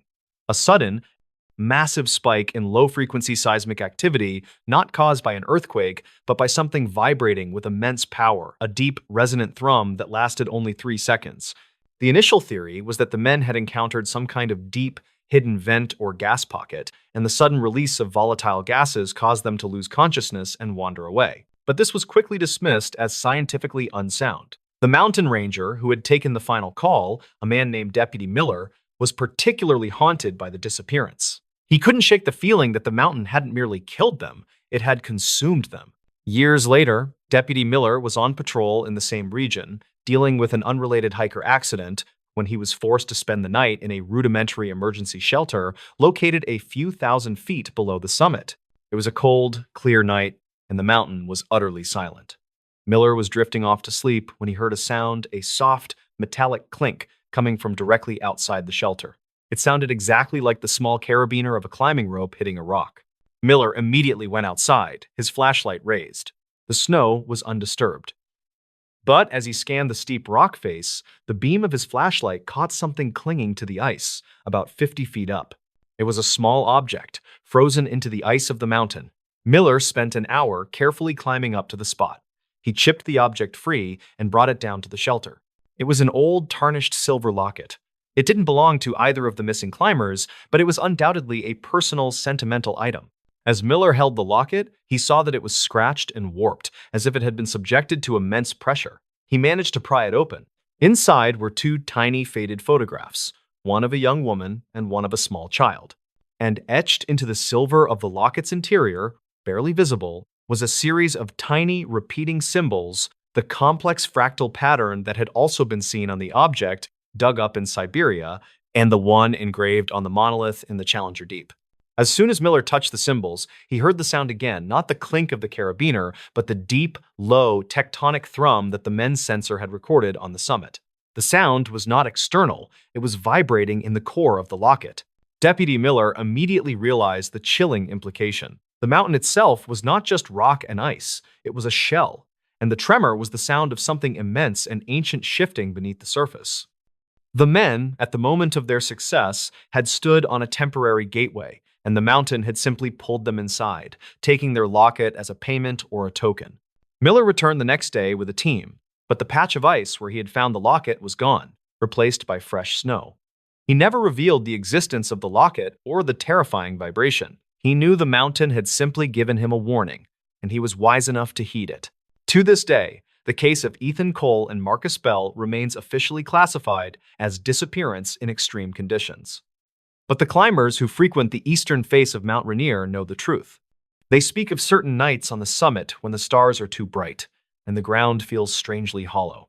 And sometimes, when they anchor their ropes into the ice, they can hear a faint metallic clink far beneath them, a sound that suggests the mountain is not empty inside, but is waiting, holding something or someone for all of time. And that, ladies and gentlemen, is the strange, dark, and mysterious story of the night the mountain ate them. Until next time, take care of yourselves. Today's story is about one of the most enduring mysteries in the history of aviation. It involves a plane that vanished into thin air, a 50-year search that turned up absolutely nothing, and a final haunting message sent by the crew that, to this day, nobody has ever been able to decipher. It is a word that doesn't exist in any language, yet a dying man tapped it out 3 separate times before he and everyone else on board disappeared from the face of the earth. Before we begin, tell me where you are watching from in the comments. Now, let's get into the story. The year is 1947. The world was still recovering from World War II, but the age of commercial aviation was just taking off. It was a time when flying was glamorous, exclusive, and frankly, dangerous. There was a British airline called British South American Airways, or BSAA. This airline was known for being aggressive. They hired former bomber pilots from the warmen who had flown dangerous missions over Germany and had nerves of steel. They flew converted bomber planes, called Lancastrians, which were basically Lancaster bombers with the gun turrets removed and seats installed. They were loud, they were fast, and they were rugged. On August 2nd, 1947, one of these Lancastrian planes, named Stardust, was sitting on the tarmac in Buenos Aires, Argentina. The pilot was a man named Reginald Cook. He was a war hero. He had flown dozens of combat missions. He was an excellent pilot, but he had a reputation for being a bit arrogant. He trusted his skills, and he trusted his machine. His mission that day was to fly from Buenos Aires across the Andes Mountains to Santiago, Chile. Now, crossing the Andes is no joke. These are some of the highest, most treacherous peaks in the world. But Captain Cook had done it before. He wasn't worried. He had a crew of 4 and 6 passengers on board. The passengers added an extra layer of intrigue to this flight. Among them was a man named Paul Simpson. He was a king's messenger. This means he was a diplomatic courier for the British government. He was carrying a heavy bag of classified documents destined for the British Embassy in Santiago. There was also a Palestinian businessman who was rumored to be carrying a massive diamond sewn into the lining of his jacket. There was a German woman returning to her husband. It was a mix of people you might find in an Agatha Christie novel. At 1:46 p.m., Stardust took off from Buenos Aires. The flight was supposed to be routine. They flew west across the flat plains of Argentina. Everything was going perfectly. The radio operator, a man named Dennis Harmer, was in constant contact with the ground stations. He was tapping out Morse code messages, giving their position and altitude. As they approached the Andes, the weather began to turn. The mountains were covered in thick clouds. Visibility was dropping. Now, in 1947, they didn't have GPS. They didn't have advanced weather radar. They navigated using dead reckoning. This means they calculated their speed, their direction, and the time they had been flying to guess where they were on the map. Captain Cook calculated that they had been flying long enough to cross the highest peaks. He believed they had already passed the dangerous part of the mountains and were now beginning their descent towards Santiago on the other side. He ordered the plane to climb to 24,000 feet to clear the tops of the clouds, and then, believing he was safe, he started to plan his descent.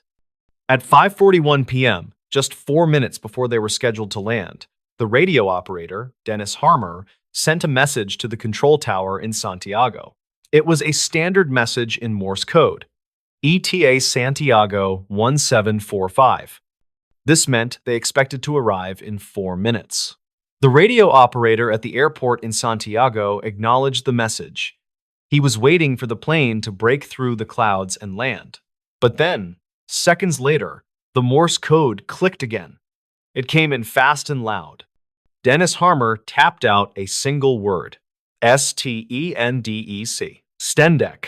The operator at the Santiago Tower frowned. He didn't know that code. Was it an abbreviation? Was it a typo? He tapped back. Repeat. From the plane, the response came immediately. The hand on the key was fast and decisive. STENDEC. Stendek. The operator was confused. He asked for a repeat one more time. And for the third time, the radio operator tapped it out, very clearly. STENDEC. And then, silence. The Santiago Tower called back. Nothing. They waited for the roar of the engines. Nothing. The time of arrival, 5:45 p.m., came and went. The sky was empty. By 6 p.m., it was clear that something was terribly wrong. Search and rescue teams were launched immediately. But you have to understand the scale of the Andes. It is thousands of miles of jagged rock and snow, and a blizzard was raging up there. The search went on for weeks. They looked everywhere along the flight path. They looked in the valleys. They looked on the peaks. They found nothing. No wreckage, no oil slick, no bodies. It was as if a giant hand had reached down from the sky, plucked the stardust out of the air, and vanished with it. For 50 years, the disappearance of stardust was one of the biggest mysteries in the world. And because there was no wreckage, the theories started to get wild. Because of the king's messenger on board, people thought it was sabotage. Maybe spies had planted a bomb to destroy the documents. Because of the rumors of the diamond, people thought it was a heist gone wrong. And then there was the UFO theory. In the days leading up to the disappearance, there had been reports of flying saucers seen over Santiago. And then there was that word, Stendek. UFO enthusiasts became obsessed with it. They believed Stendek was an alien word, or maybe an acronym for something otherworldly. They believed the plane hadn't crashed at all, but had been abducted. Why else would a plane vanish without a trace? Why else would an experienced radio operator send a nonsense word 3 times with such urgency? The mystery remained cold for 5 decades. The families of the victims grew old and passed away, never knowing what happened to their loved ones. Then, in 1998, the mountain finally gave up its secret. 2 Argentine mountaineers were climbing Mount Tupangado. This is a massive volcano, one of the highest peaks in the Andes, standing over 21,000 feet tall. While they were traversing a glacier, high up in the death zone, they saw something sticking out of the ice.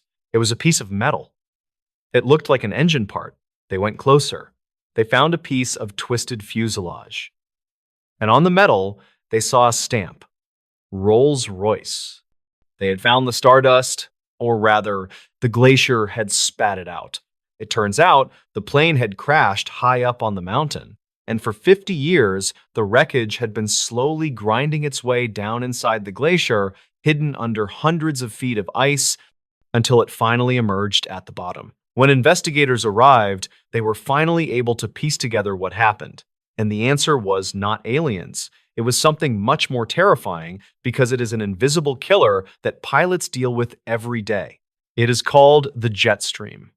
In 1947, the jet stream, a high-altitude wind that moves at incredible speeds, was not fully understood. On the day of the crash, the jet stream was blowing directly against the nose of the stardust. It was blowing at over 100 miles per hour. So, when Captain Cook was doing his math, his dead reckoning, he calculated that he was traveling at his normal speed of roughly 250 miles per hour, but in reality, because of the headwind, he was only moving across the ground at 150 miles per hour. He thought he had crossed the mountains, but he hadn't. He was still right in the middle of them. When he started his descent, thinking he was dropping down toward the airport in Santiago, he was actually dropping into the cloud-covered peak of Mount Tupangado. The crash was catastrophic. The plane didn't just hit the mountain, it flew into a near-vertical wall of ice at full cruising speed. The impact was so violent that it didn't just break the plane, it effectively vaporized it. The fuel ignited instantly. The heat and the shockwave caused a massive avalanche above them. Within seconds, the burning fragments of the plane and the bodies of the passengers were buried under tons of snow and ice. That is why nobody could find them. They were instantly entombed inside the glacier. The forensic analysis was gruesome. They found only small fragments of the people on board, a hand here, a torso there, but they identified them using DNA. But even after finding the plane, one mystery remained. What was Stendek? The investigators analyzed the Morse code. They looked at every possibility. Some people believe it was an acronym for Severe Turbulence Encountered, Now Descending Emergency Crash. But that doesn't make sense. Why would a radio operator invent a complex acronym in a split second instead of just tapping SOS? Others believe it was hypoxia. Maybe the crew was suffering from lack of oxygen and their brains were misfiring, causing them to tap out gibberish. But the most likely theory, and perhaps the most tragic one, is that it was a simple typo. In Morse code, the letters are made of dots and dashes. The code for the letters STENDEC is dot dot dot S dash T dot E dash dot N dash dot dot D dot E dash dot C. If you rearrange the spacing of those exact same dots and dashes just slightly, it spells a different word. It spells VAL, or specifically SCTI. It is possible he was trying to type Val. which is short for Valparaiso, a city near Santiago. Or there is another theory that fits perfectly with what the pilot was doing. If you take the Morse code for Stendek and shift the spaces, it can also spell DESCENT, descent. The radio operator was likely trying to tell the tower, "We are starting our descent." He tapped it out fast. The tower didn't understand. He tapped it again. Descent. He was telling the world exactly what they were doing. They were descending. But because they were wrong about their location, that word descent was actually their death sentence. They were announcing that they were lowering the plane directly into the face of a mountain. The radio operator tapped out descent 3 times, confident that they were minutes away from a warm meal and a soft bed. And seconds later, they were gone. So, while Stendek sounds like a spooky, otherworldly message, the reality is likely much sadder. It was a professional crew, doing their job, communicating their actions, unaware that the very thing they were announcing was the thing that would kill them. Today, the mystery of the Stardust is largely solved. We know where it is, we know why it crashed, but that word, Stendek, remains a part of aviation folklore. It is a ghostly reminder of a time when the sky was a lonely, dangerous place, and when a simple misunderstanding of the wind could erase you from existence. Today's story is about one of the most baffling disappearances in North American history. It is a case that sparked the largest search and rescue operation ever conducted in the Great Smoky Mountains, involving the FBI, the Green Berets, and thousands of volunteers. Yet, to this day, it remains unsolved. This is the story of Dennis Martin. Before we begin, tell me where you are watching from in the comments. To understand how truly terrifying this story is, you first have to understand the setting. The Great Smoky Mountains National Park, straddling the border between North Carolina and Tennessee, is a place of ancient, breathtaking beauty. It is named for the natural fog that hangs over the range and looks like large smoke plumes. It is a dense, temperate rainforest with over 800 square miles of wilderness. It is a place where families go to make memories, to camp, and to escape the noise of the city. But the locals know something else about these mountains. They know that the terrain is unforgiving. The vegetation is so thick, often called rhododendron hells, that a person can step 5 feet off the trail and completely disappear from view. It is in this vast green ocean of trees that the Martin family arrived for a Father's Day weekend trip. It was June 14th, 1969. Bill Martin, a successful architect from Knoxville, Tennessee, had been looking forward to this trip all year. It was an annual tradition for the Martin family. Every Father's Day, the men of the Martin family, Bill, his father Clyde, and his 2 sons would hike into the mountains to camp. This year, they were headed to a place called Spencefield. Spencefield is a grassy bald, a high-altitude meadow sitting along the Appalachian Trail. It offers stunning views and wide-open spaces, making it a perfect spot for camping. Bill brought along his 2 sons. There was his older son, Douglas, and his younger son, Dennis. Dennis Martin was just 6 years old.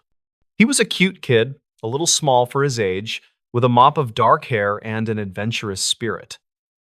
On this particular trip, Dennis was wearing a very distinct outfit. He had on a bright red t-shirt, green shorts, and white socks with little Oxford-style shoes. That red shirt is a crucial detail because in the deep greens and browns of the forest, red is the one color that should stand out like a beacon. It is the color of safety, or at least it should have been. The hike up to Spence Field was grueling but uneventful. The family arrived at the clearing, set up their campsite, and began to enjoy the pristine mountain air. It was a beautiful Saturday afternoon.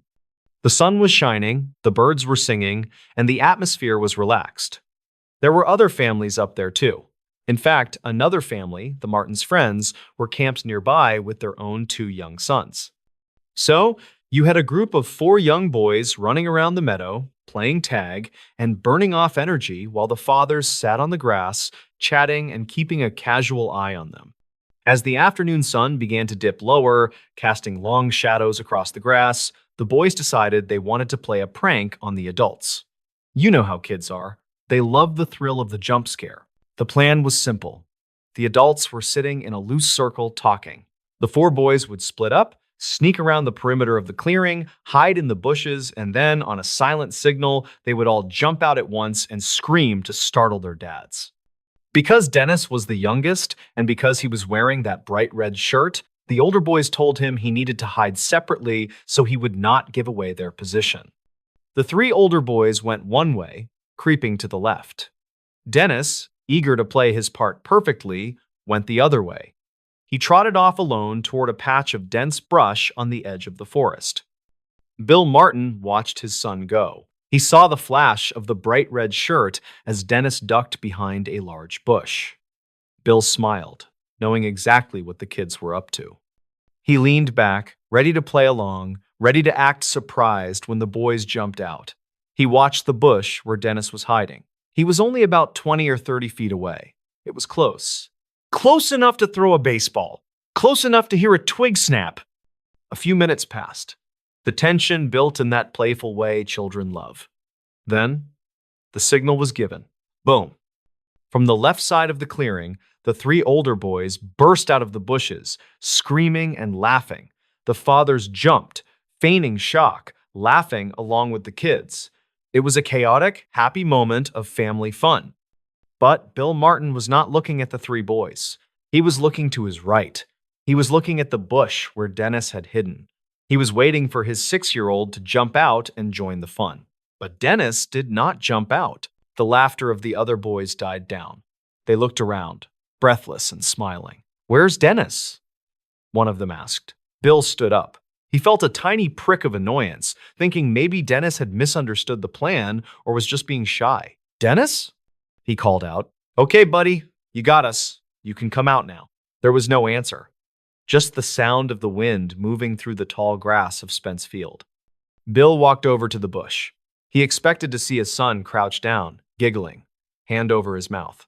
Bill reached out and pulled the branches aside. There was nothing there. The space behind the bush was empty. At that specific moment, panic did not set in fully. Not yet. The human brain tries to rationalize things. Bill assumed Dennis had just moved to a better hiding spot. Maybe he had crawled a little further back into the woods to be even sneakier. "Dennis!" Bill yelled louder.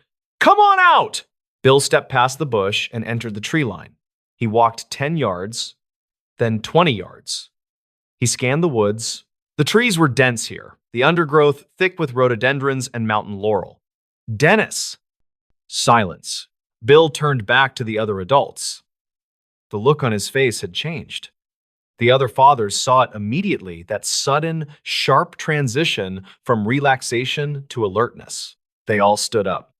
"He's not there," Bill said, his voice rising in pitch. For the next 10 to 15 minutes, the men frantically searched the immediate area. They ran in widening circles, calling Dennis's name. They checked the nearby trails. They checked the steep drop-offs. But there was no sign of him. No flash of a red shirt. No sound of a crying child. It was as if the earth had simply opened up and swallowed him whole in the span of 3 minutes. Bill Martin, realizing this was serious, ran miles down the trail to the ranger station to get help. By 8 in the evening, the National Park Service had been alerted. Rangers began to converge on Spence Field, but then the situation went from bad to catastrophic. As night fell over the Great Smoky Mountains, the weather turned. Dark, heavy clouds rolled in, blocking out the moon and stars. The temperature plummeted, and then the sky broke open. A massive thunderstorm struck the mountain range. It was not just a little rain, it was a deluge. In a matter of hours, nearly 3 inches of rain fell. Thunder shook the ground, and lightning flashed, illuminating the terrified faces of the searchers. This storm was the worst possible thing that could have happened. For one, it meant that a 6-year-old boy, wearing only a t-shirt and shorts, was out there alone in the freezing, wet dark. Hypothermia would set in rapidly, but from an investigative standpoint, the storm was a disaster. The torrential rain washed away everything. If there were footprints, they were turned to mud. If there was a scent trail for tracking dogs to follow, it was obliterated. The rain scrubbed the mountain clean of clues. When the sun rose the next morning, the reality of the situation set in. Dennis Martin was gone, and the clock was ticking. What followed was the largest search effort in the history of the National Park Service. News of the missing boy spread across the country. It touched a nerve. Everyone could imagine the horror of a child lost in the woods. Volunteers flooded into the park. We are talking about Boy Scout troops, college students, firemen, police officers, and local hunters. At the peak of the search, there were over 1,400 people scouring the mountainside. The search was massive, but it was also chaotic. In 1969, search and rescue protocols were not as refined as they are today. The massive influx of well-meaning volunteers actually created a problem. Thousands of people trampling through the woods destroyed any potential physical evidence that the rain had missed. They left their own footprints, dropped their own trash, and created so much noise that if Dennis had been crying out for help, no one would have heard him over the shouting of the searchers. Desperate to find the boy, the request went all the way to the White House. President Richard Nixon was briefed on the situation. In an unprecedented move, the federal government sent in the Green Berets, the special forces of the United States Army. 64 highly trained Green Berets were deployed to the Smokies. These were men trained to track enemies in the jungles of Vietnam. If anyone could find a 6-year-old boy in the woods, it was them. They set up a grid search. They moved shoulder to shoulder, crawling through the brush, checking every hollow log, every cave, every crevice. Helicopters with thermal sensors, which were primitive at the time but still high-tech for the era, flew overhead. Bloodhounds were brought in. Days turned into a week. A week turned into 2. Despite the Green Berets, the helicopters, the bloodhounds, and the thousands of volunteers, they found absolutely nothing. No scrap of red cloth, no shoe, no body. However, there were strange clues. Clues that have fueled mysteries and conspiracy theories for over 50 years. The first clue was a set of footprints found near a stream miles away from Spence Field. The tracks were small, the right size for a 6-year-old. But here is the strange part. One footprint was from an Oxford shoe, like Dennis was wearing. The other footprint was barefoot. Why would he take off one shoe? And why were the tracks leading into such rugged, dangerous territory, far away from where he disappeared? The searchers followed the direction of the tracks until they vanished into the brush, but they led to nowhere. The second clue, or rather, the second lead, is the most disturbing part of this entire story. It is the detail that keeps people awake at night. Several miles away from Spence Field, around the same time Dennis went missing, a tourist named Harold Key was hiking with his family near an area called Sea Creek. This area is very remote, rugged, and difficult to access. Harold Key and his family heard something terrifying. They heard a scream. It was an enormous, sickening scream. Harold Key described it later as a scream that definitely came from a child, a scream of pure terror. Harold stopped and scanned the ridge above him to see where the noise came from. He saw movement. Through the trees, he saw a figure, but it was not a child. Harold Key told investigators that he saw a wild man. He described a disheveled, rough-looking man moving quickly through the trees. The man appeared to be hiding, moving with a strange, stealthy gait. But the most chilling detail was that this man appeared to be carrying something on his shoulder. Harold Key could not make out exactly what the bundle was, but he saw something red. Remember, Dennis Martin was wearing a bright red shirt. Harold Key thought the man looked suspicious enough that he reported it to the park rangers and the FBI. He told them about the scream, the rough-looking man, and the red object. Now, you would think this would be the breakthrough. You would think the FBI would swarm that ridge, hunting for this wild man.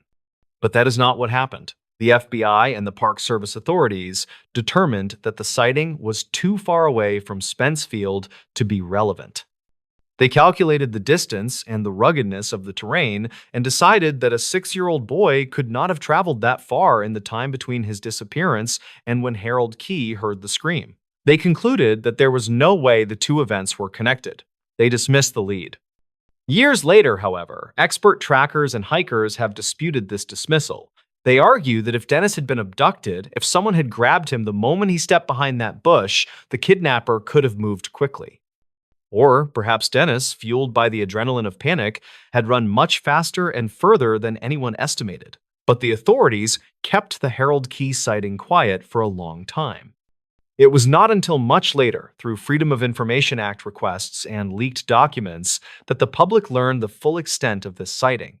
There is another layer to the wild man theory. The Great Smoky Mountains have a long history of folklore involving feral humans, or mountain men who live completely off the grid, deep in the woods, detached from civilization. While most people dismiss these as campfire stories, there have been actual documented cases of fugitives and hermits living in those mountains for years without being detected. Did Dennis Martin stumble upon one of these individuals? Was he snatched by a predator who used the chaos of the mountains to hide? The search for Dennis Martin was eventually scaled back and then finally called off. It remains the most extensive and expensive search in the park's history. The Green Berets packed up and left. The volunteers went home. The Martin family was left with a hole in their hearts that would never heal. Bill Martin spent the rest of his life looking for his son. He spent his fortune, his energy, and his sanity trying to find answers. He never gave up hope that perhaps Dennis was still alive somewhere, or that at least his remains would be found so he could give him a proper burial. But the mountain never gave Dennis back. There is a tragic footnote to this story. Years later, overwhelmed by the grief and the lack of closure, and possibly suffering from other life struggles, Bill Martin passed away. Some say he died of a broken heart. The mystery of what happened on that grassy hill in 1969 destroyed not just one life, but an entire family. To this day, if you hike the Appalachian Trail near Spence Field, it is a beautiful, serene place. The views are just as spectacular as they were in 1969. But if you know the story, the silence of the woods feels a little heavier there. You look at the dense rhododendron thickets, the hells, and you wonder, how does a boy vanish in 60 seconds? Did he get lost and succumb to the elements, his small body hidden in a crevice that searchers missed by inches? Was he taken by a mountain lion? Though no blood or torn clothing was ever found. Or was there something darker roaming the woods that day? A wild man who saw a flash of a red shirt and seized an opportunity? We will likely never know the truth. The disappearance of Dennis Martin remains one of the most unsettling mysteries of the national park system. It is a reminder that no matter how safe we feel, the wilderness is vast, indifferent, and full of secrets. And that is where the story ends. But the question remains, what really happened to Dennis Martin? If you are a fan of the strange, dark, and mysterious, this case is the ultimate example of why you should always keep your loved ones close when you step into the wild. Because sometimes, all it takes is a single moment, a single turn around a bush for someone to be gone forever. Hello, everybody, and welcome back to the channel. I hope you're having a strange, dark, and mysterious day, because today we are exploring a chilling piece of urban folklore that migrated from the deep woods into a concrete city. This is a story about a very simple rule, a test of will, and the absolute terrifying consequence of breaking one single vital command. This is the story of Don't Look Up When You Hear the Whistle. Before we dive into the deep end of the mysterious, do me a favor. If you enjoy this type of content, please take a second to subscribe to the channel, like this video, and let me know in the comments what city you are watching this video from. Your support helps me keep telling these strange, dark, and mysterious stories. Our story begins in the vast, dense urban landscape of New York City, specifically within the sprawling, aged tunnels of the subway system in the late 1970s. This subterranean world is already a place of shadows, noise, and isolation, a perfect crucible for a strange, dark, and mysterious tale. Our protagonist is a young transit worker named Michael Rivera. Michael was in his early 20s, working as a signal maintainer, a dangerous, lonely job that required him to walk miles of dark track, checking and repairing communication lines and track switches, often in the dead of night. Michael was an educated man, highly skeptical of the ghost stories and urban legends that permeated the subterranean world of the transit workers. He dismissed talk of tunnel monsters and forgotten spirits as nonsense. However, One piece of folklore was repeated with such chilling seriousness by the veterans that even Michael paid attention. The rule of the midnight whistle. The old-timers warned every new recruit. If you are down in the tunnels alone between 2 a.m. and 4 a.m. and you hear a whistle, a clear, sharp, solitary note, you stop dead. You cover your head, and you do not, under any circumstances, look up. When Michael pressed the veterans for details, why? What happens? They would just shake their heads, their eyes holding a distant, genuine fear. It's not for seeing, kid. It's for hearing. If you look up, you become part of the sound. On a freezing Friday night in February, Michael was assigned to a deep stretch of track near a decommissioned subway loop, a massive, forgotten section known to be utterly silent and rarely used. At 2:30 a.m., Michael was deep in the tunnel, his helmet lamp cutting a lonely beam through the perpetual darkness. He was tightening a relay box, the metallic clink of his wrench, the only sound in the oppressive silence. He was focused on his work when it happened. He heard the whistle. It was not the sound of a train brake or a security guard's signal. It was a single, pure, high-pitched note, a sound so perfectly pitched and clear that it seemed to vibrate in the bone behind his ear. It sounded exactly like the sound made by blowing sharply across the top of an empty glass bottle, amplified tenfold. The sound was shockingly close directly above him, resonating through the concrete arch of the tunnel roof. Michael froze instantly, dropping his wrench. The sound of the falling metal hitting the rail echoed for a long moment, but the whistle continued, holding that perfect, crystalline note. The old-timer's warnings flashed into his mind. "Don't look up!" He immediately bent down, tucking his head between his knees, covering his helmet with his gloved hands. He kept his eyes squeezed shut, listening to the impossible sound. The whistle did not stop. It held the note for what felt like an eternity, 30 seconds, then a full minute. The sound was so intense that it began to feel less like a whistle and more like a massive, sustained pressure, a physical force pushing down on the top of his skull. Then he heard something else, a sound of movement, faint but massive, scraping against the ceiling of the tunnel directly above him. It was a thick, wet shh, like a huge piece of canvas being dragged slowly across rough concrete. The sound was directly correlated with the whistle. The movement seemed to be generating the sound, or perhaps the sound was the movement. Michael's curiosity, the primal human need to understand, began to claw its way through his fear. What could make that sound? It was too big for a rat, too slow for a passing car, and too soft for a train. He felt an almost irresistible compulsion to raise his head, to turn his helmet lamp up, and to catch a glimpse of the thing moving across the ceiling. He fought it. He repeated the warning mantra in his mind. Don't look up. Don't look up.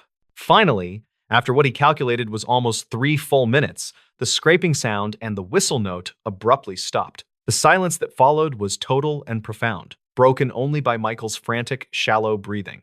He waited another full minute, listening intently. Nothing. Slowly, carefully, Michael stood up. He left the wrench and his tools behind. He scrambled out of the tunnel and ran to the nearest emergency access ladder, climbing out and back into the cold, rational world of the surface. He didn't return to the tunnel that night. He called his supervisor, reporting a severe, localized electrical failure that necessitated immediate evacuation. He went home, shaken but alive. He was sure he had experienced a bizarre sensory illusion caused by stress and isolation, coupled with the old wives' tales. But the next day, the incident was far from over. Michael was back on the job, working in the main maintenance yard, trying to forget the whistle when his supervisor pulled him aside. "Rivera, we have a problem. We need you to go back to that abandoned loop you were working on last night." "What's the issue, sir?" Michael asked, his stomach tightening. "We sent a cleanup crew in after you reported the failure. They found your tools, but they also found something else. Something disturbing." Michael and the supervisor drove to the access point. 2 other men were waiting, their faces pale and uneasy. They descended into the tunnel. The air was sterile, cold, and strangely dry. Michael led them to the spot where he had been working. There were his tools, lying where they had fallen. And there, etched into the rough, dusty concrete ceiling directly above the spot where Michael had stood, was a pattern. It wasn't paint or graffiti or grease. It was a series of shallow, perfectly parallel gouges, 5 separate, straight lines, each about a foot long, dug deeply into the solid concrete. The lines looked like they had been scored by something immensely heavy and sharp. The 5 gouges were separated by a gap of approximately 3 feet, And then the pattern repeated. 5 more gouges. 5 lines, pause, 5 lines. It was the whistle's rhythm, translated into physical damage. The creature above the tunnel had been tracing the pattern of the sound it was making into the concrete directly above Michael's head. The shirk Michael had heard was the sound of the unknown thing using 5 sharp, immense appendages to score the ceiling, followed by a pause and then 5 more scores. The supervisor shone his high-powered lamp directly onto the pattern. "What the hell is this, Rivera? What were you doing down here?" Michael just stared up at the impossible damage. His refusal to look up had saved his life. Or perhaps, saved his sanity. But the most terrifying discovery was made just a few feet away. The supervisor's lamp moved to the tunnel wall.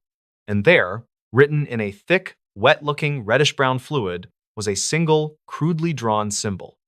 It was a circle with a single, massive eye drawn in the center, staring directly down the tunnel toward the maintenance yard. Below the eye, scrawled into the concrete with the same thick fluid, were 4 words.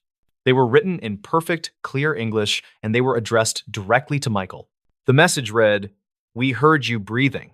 The implication was terrifying. The entity knew he was there. It wasn't an accidental encounter. The whistle was a direct acknowledgement, and the rule, "Don't look up," was the only defense. The creature was waiting for a sound to identify and classify him. Michael immediately quit his job. He never set foot in the subway system again. He eventually moved out of New York, unable to bear the thought of the vast, silent world beneath the city that occasionally sends up its terrifying coded sounds. He often thinks of the thing that was directly above his head, the thing with 5 limbs, the intelligence that knows the frequency of a perfect note, and the patience to wait for 3 minutes until he made a sound. And sometimes, late at night, in the complete quiet of his new home, he thinks he can hear a faint, high-pitched ringing in his ears, a residual frequency left behind. And he instinctively ducks his head and covers his ears, praying that the sound remains internal and that he never, ever breaks the rule and looks up. And that, ladies and gentlemen, is the strange, dark, and mysterious story of why you shouldn't look up when you hear the whistle. Until next time, take care of yourselves.